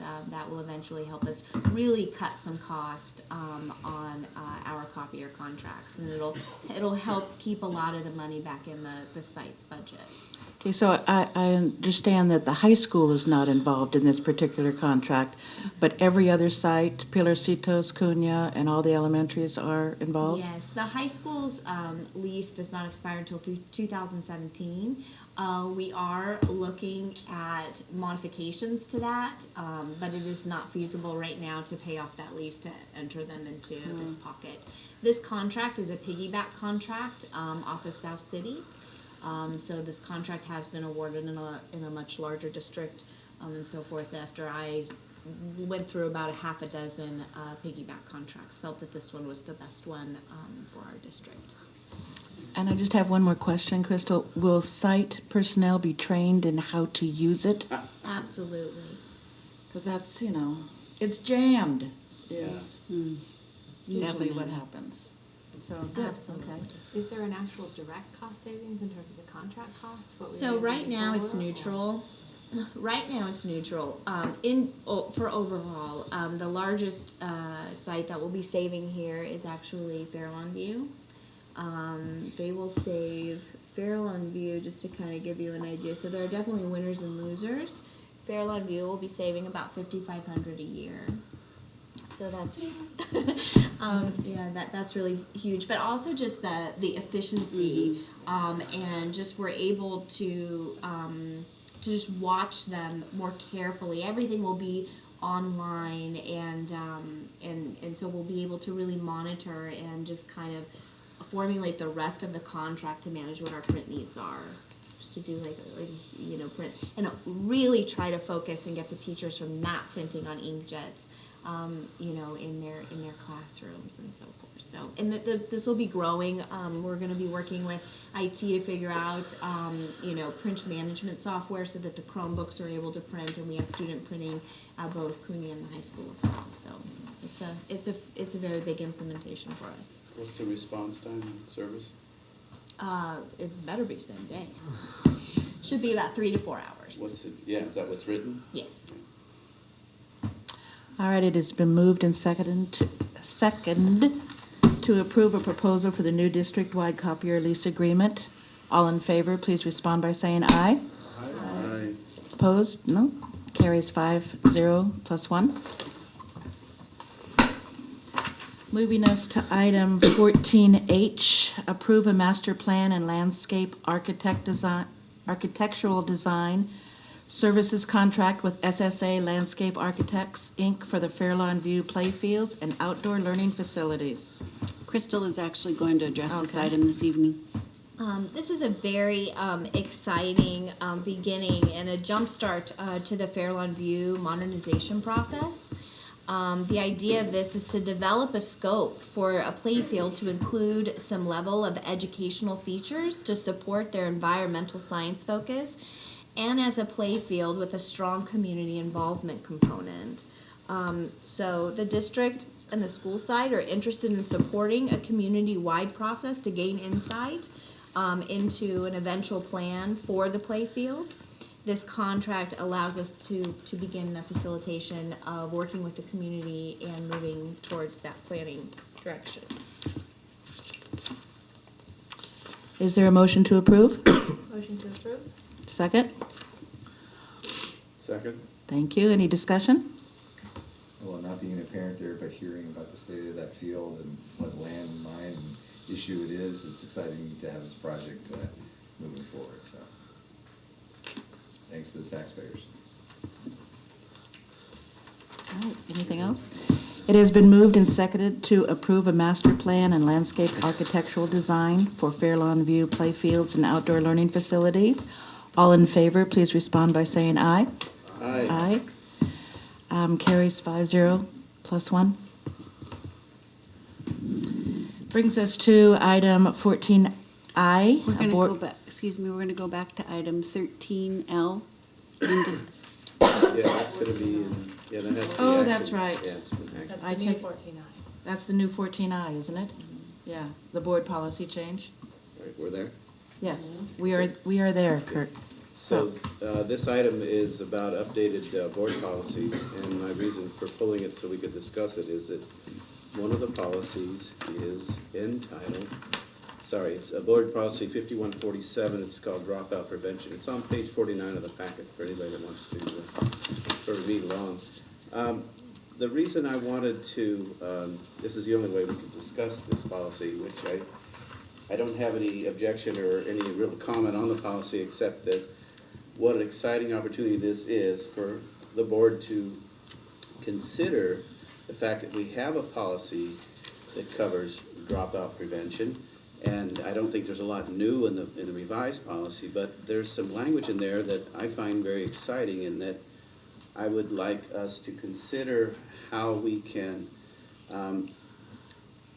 better understand what the district is doing now and what the district can do better in the future to do these things that are outlined in the policy, and I'll just list a few of those, such as identify factors that impede student success, identify barriers to the student's success, and this would include things like home visits with a student, parent, and guardian to identify problems that are impairing the student's attendance.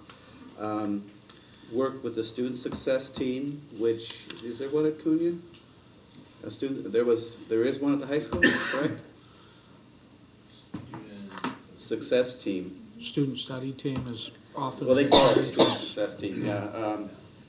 And school or community support services. Really, this is the reason why I want to discuss it is I would like to take it up with Jarrett and Ron especially to help us think about how we can identify kids who are at risk of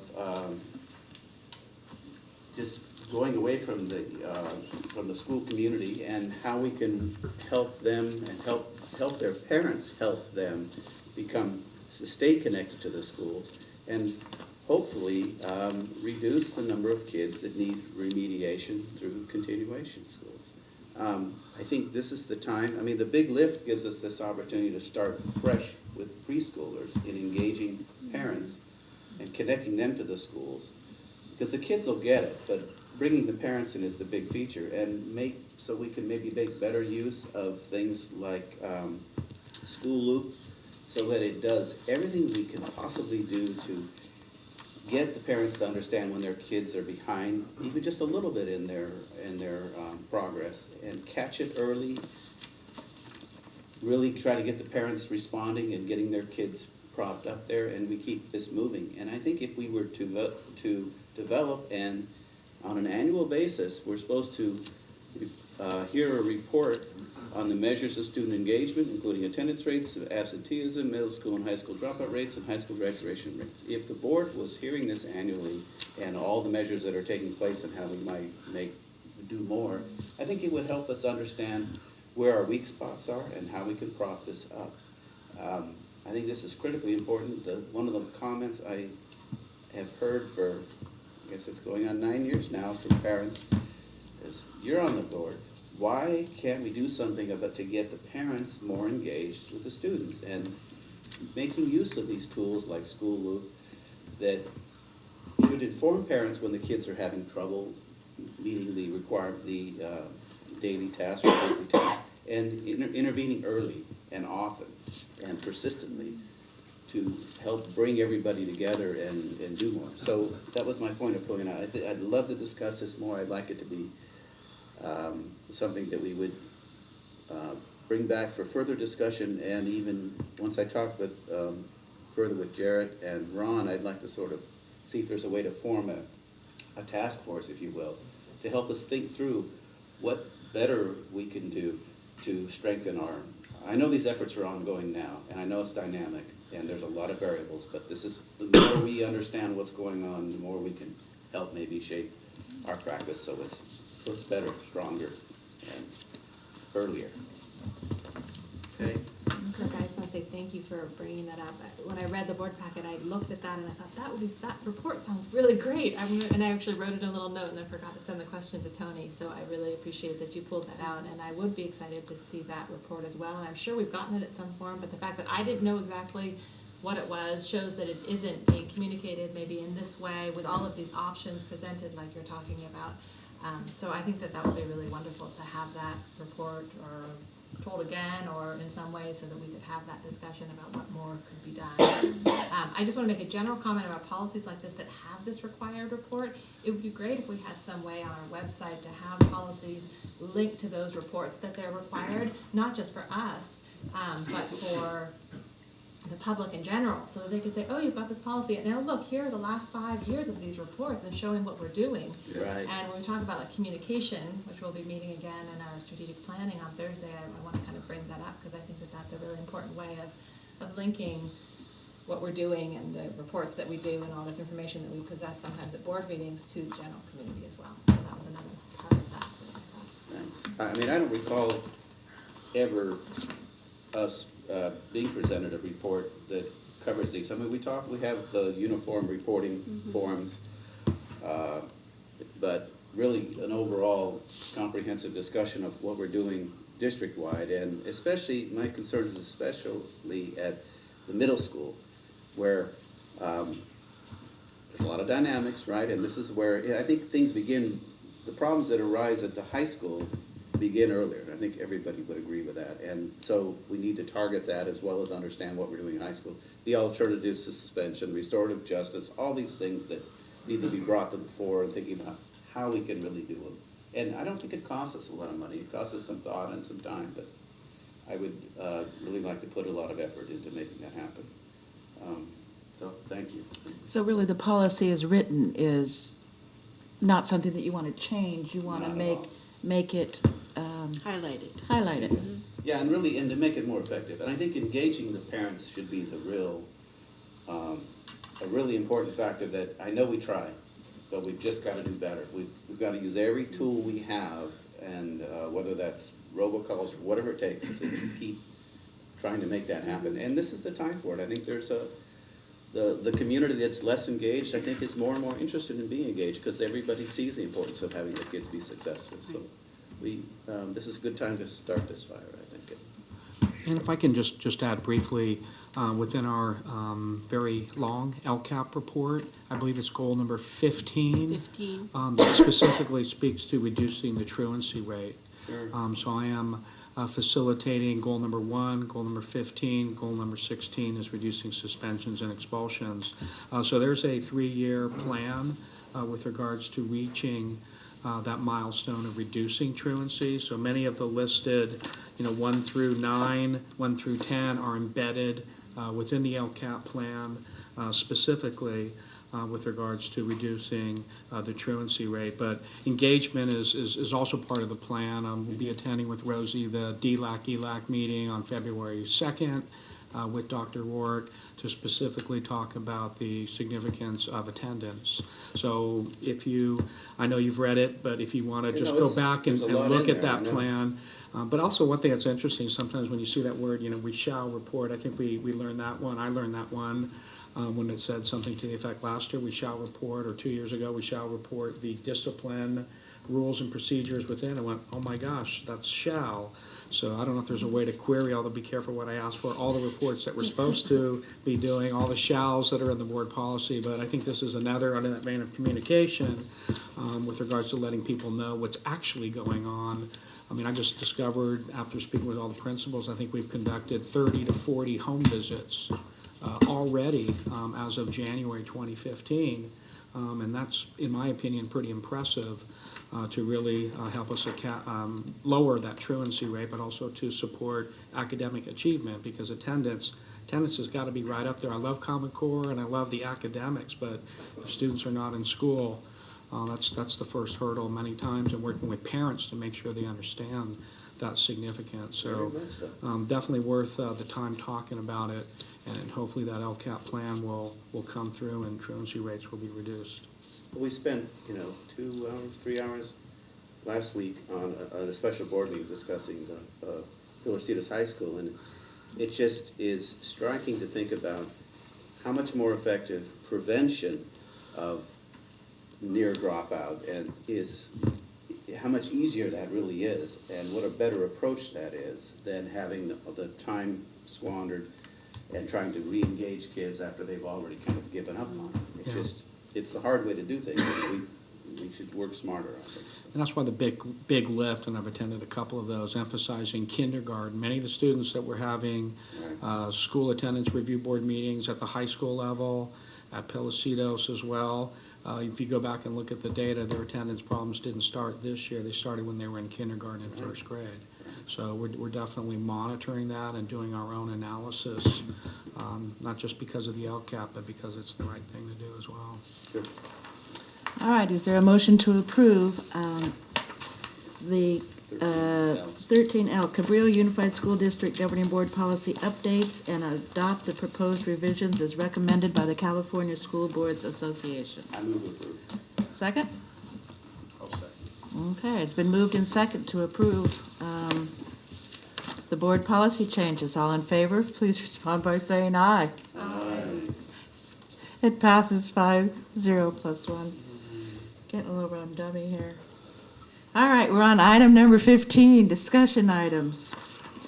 15A, discuss board member representation at end-of-the-year school-based ceremonies. So you have in your board packet this evening the listing of the promotion ceremonies, the graduation ceremonies that come up at the end of the school year. And although it's only January, we know that these are important events to plan for.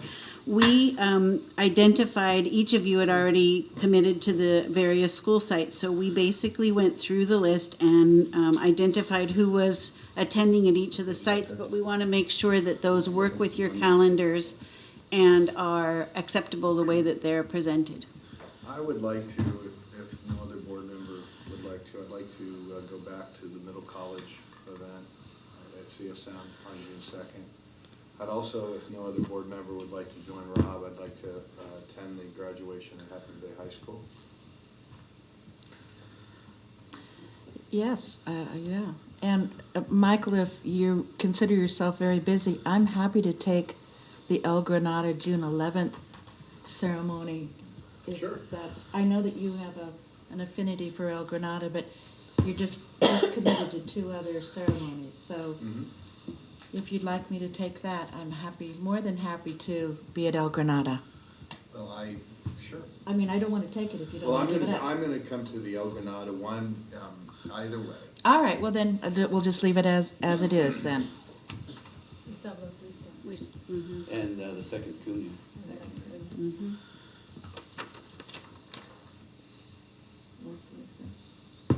I'll do one. I would encourage board members to do the Cunha in the high school at some point in time. Those are very rewarding ceremonies. They're much more extensive, and you meet kids that you haven't seen in a lot of years. And I really had a great time last year. It's a lot of fun. Patty for helping with the Cunha. That was very special too. So, All right, so Michael, excuse me, I didn't mean to interrupt. Were you? No, but I'll fill in wherever. Okay, so Michael, you're taking middle college, and another one. What was the other one? high school. Pelicitos. Then the high school. The middle college. El Granada Elementary, and then Half Moon Bay High School if no one else would like to. I'd like to do that again. Okay. Are you interested in Cunha then, or? Oh, I got to do Cunha last year. Have you done Cunha yet? No. It's very lovely. Yeah. It was cold last year. Very, very cold. Sometimes it's hot. It was freezing last year. Usually have a win. Well, I'm happy to do Los Listos with you, Dr. Shuck, if that would. You did Los Listos last year? And the year Can you do that? before, I'm happy to, I would like to actually allow another board member to attend because it's actually really, really wonderful. It's joyful I'll do in Los a different Listos. way. It's at the half side, multi-purpose. I'll do that. So one more for Cunha. Oh, I'll do it. Okay. You just do it. So let me just clarify. Kate is going to add to Los Listos. Mhm. Michael is going to add to Middle College. Kurt is going to be our second at Cunha. Michael's going to stay with El Granado. And he's going to add at Half Moon Bay High School, correct? Yes, Okay, that's great. we'll revise that and send it out. Can I just ask a question since Jim's there? I've signed up for Hatch this year. If I'm happy to be there in the number as per usual. If you expect any other role of me, please let me know ahead of time. Okay, I'm happy to It's a shake magic hands or show. be a wallflower, wear We need you to say. a lampshade. Okay, let's talk about it ahead of time. Thanks. Okay, we- Joy at Fairlawn View has found me a very lovely job opportunity, so you might want to talk to her about what she does, but it makes me feel very useful. Okay.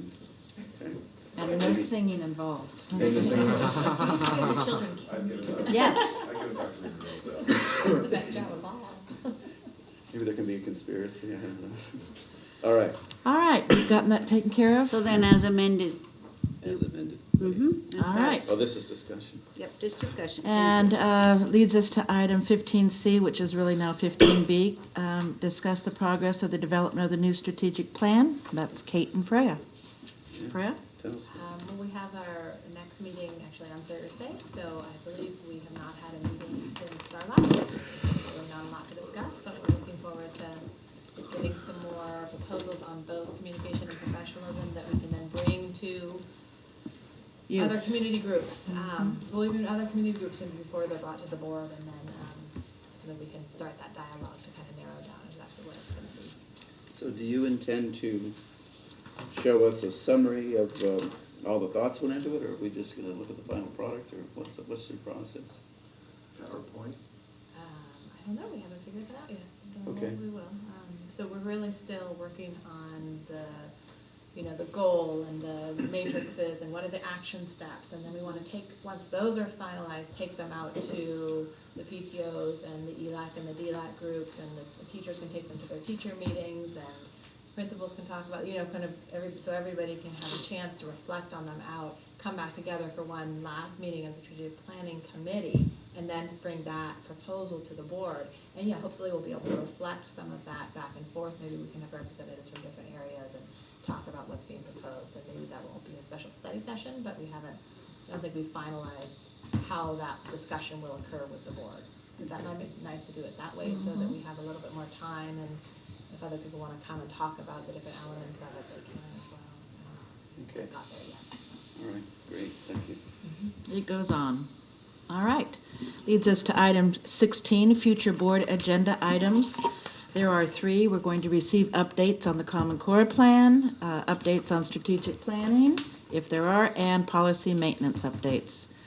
Item 17, future events. On January, do I have to read these? No, we can read them ourselves. All right. You'll read them? Yeah. You'll read them? Yes. All right. I've been read to enough tonight. You've been read to enough. All right, I'm happy not to read them.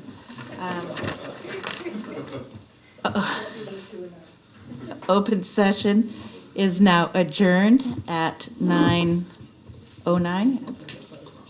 Oh, we're going to recess to closed session, which, Take it slowly, though. yes, we're going to be slow with it, Mr. Ward. Thanks for that advice. All right. We're going to return to closed session at 9:09.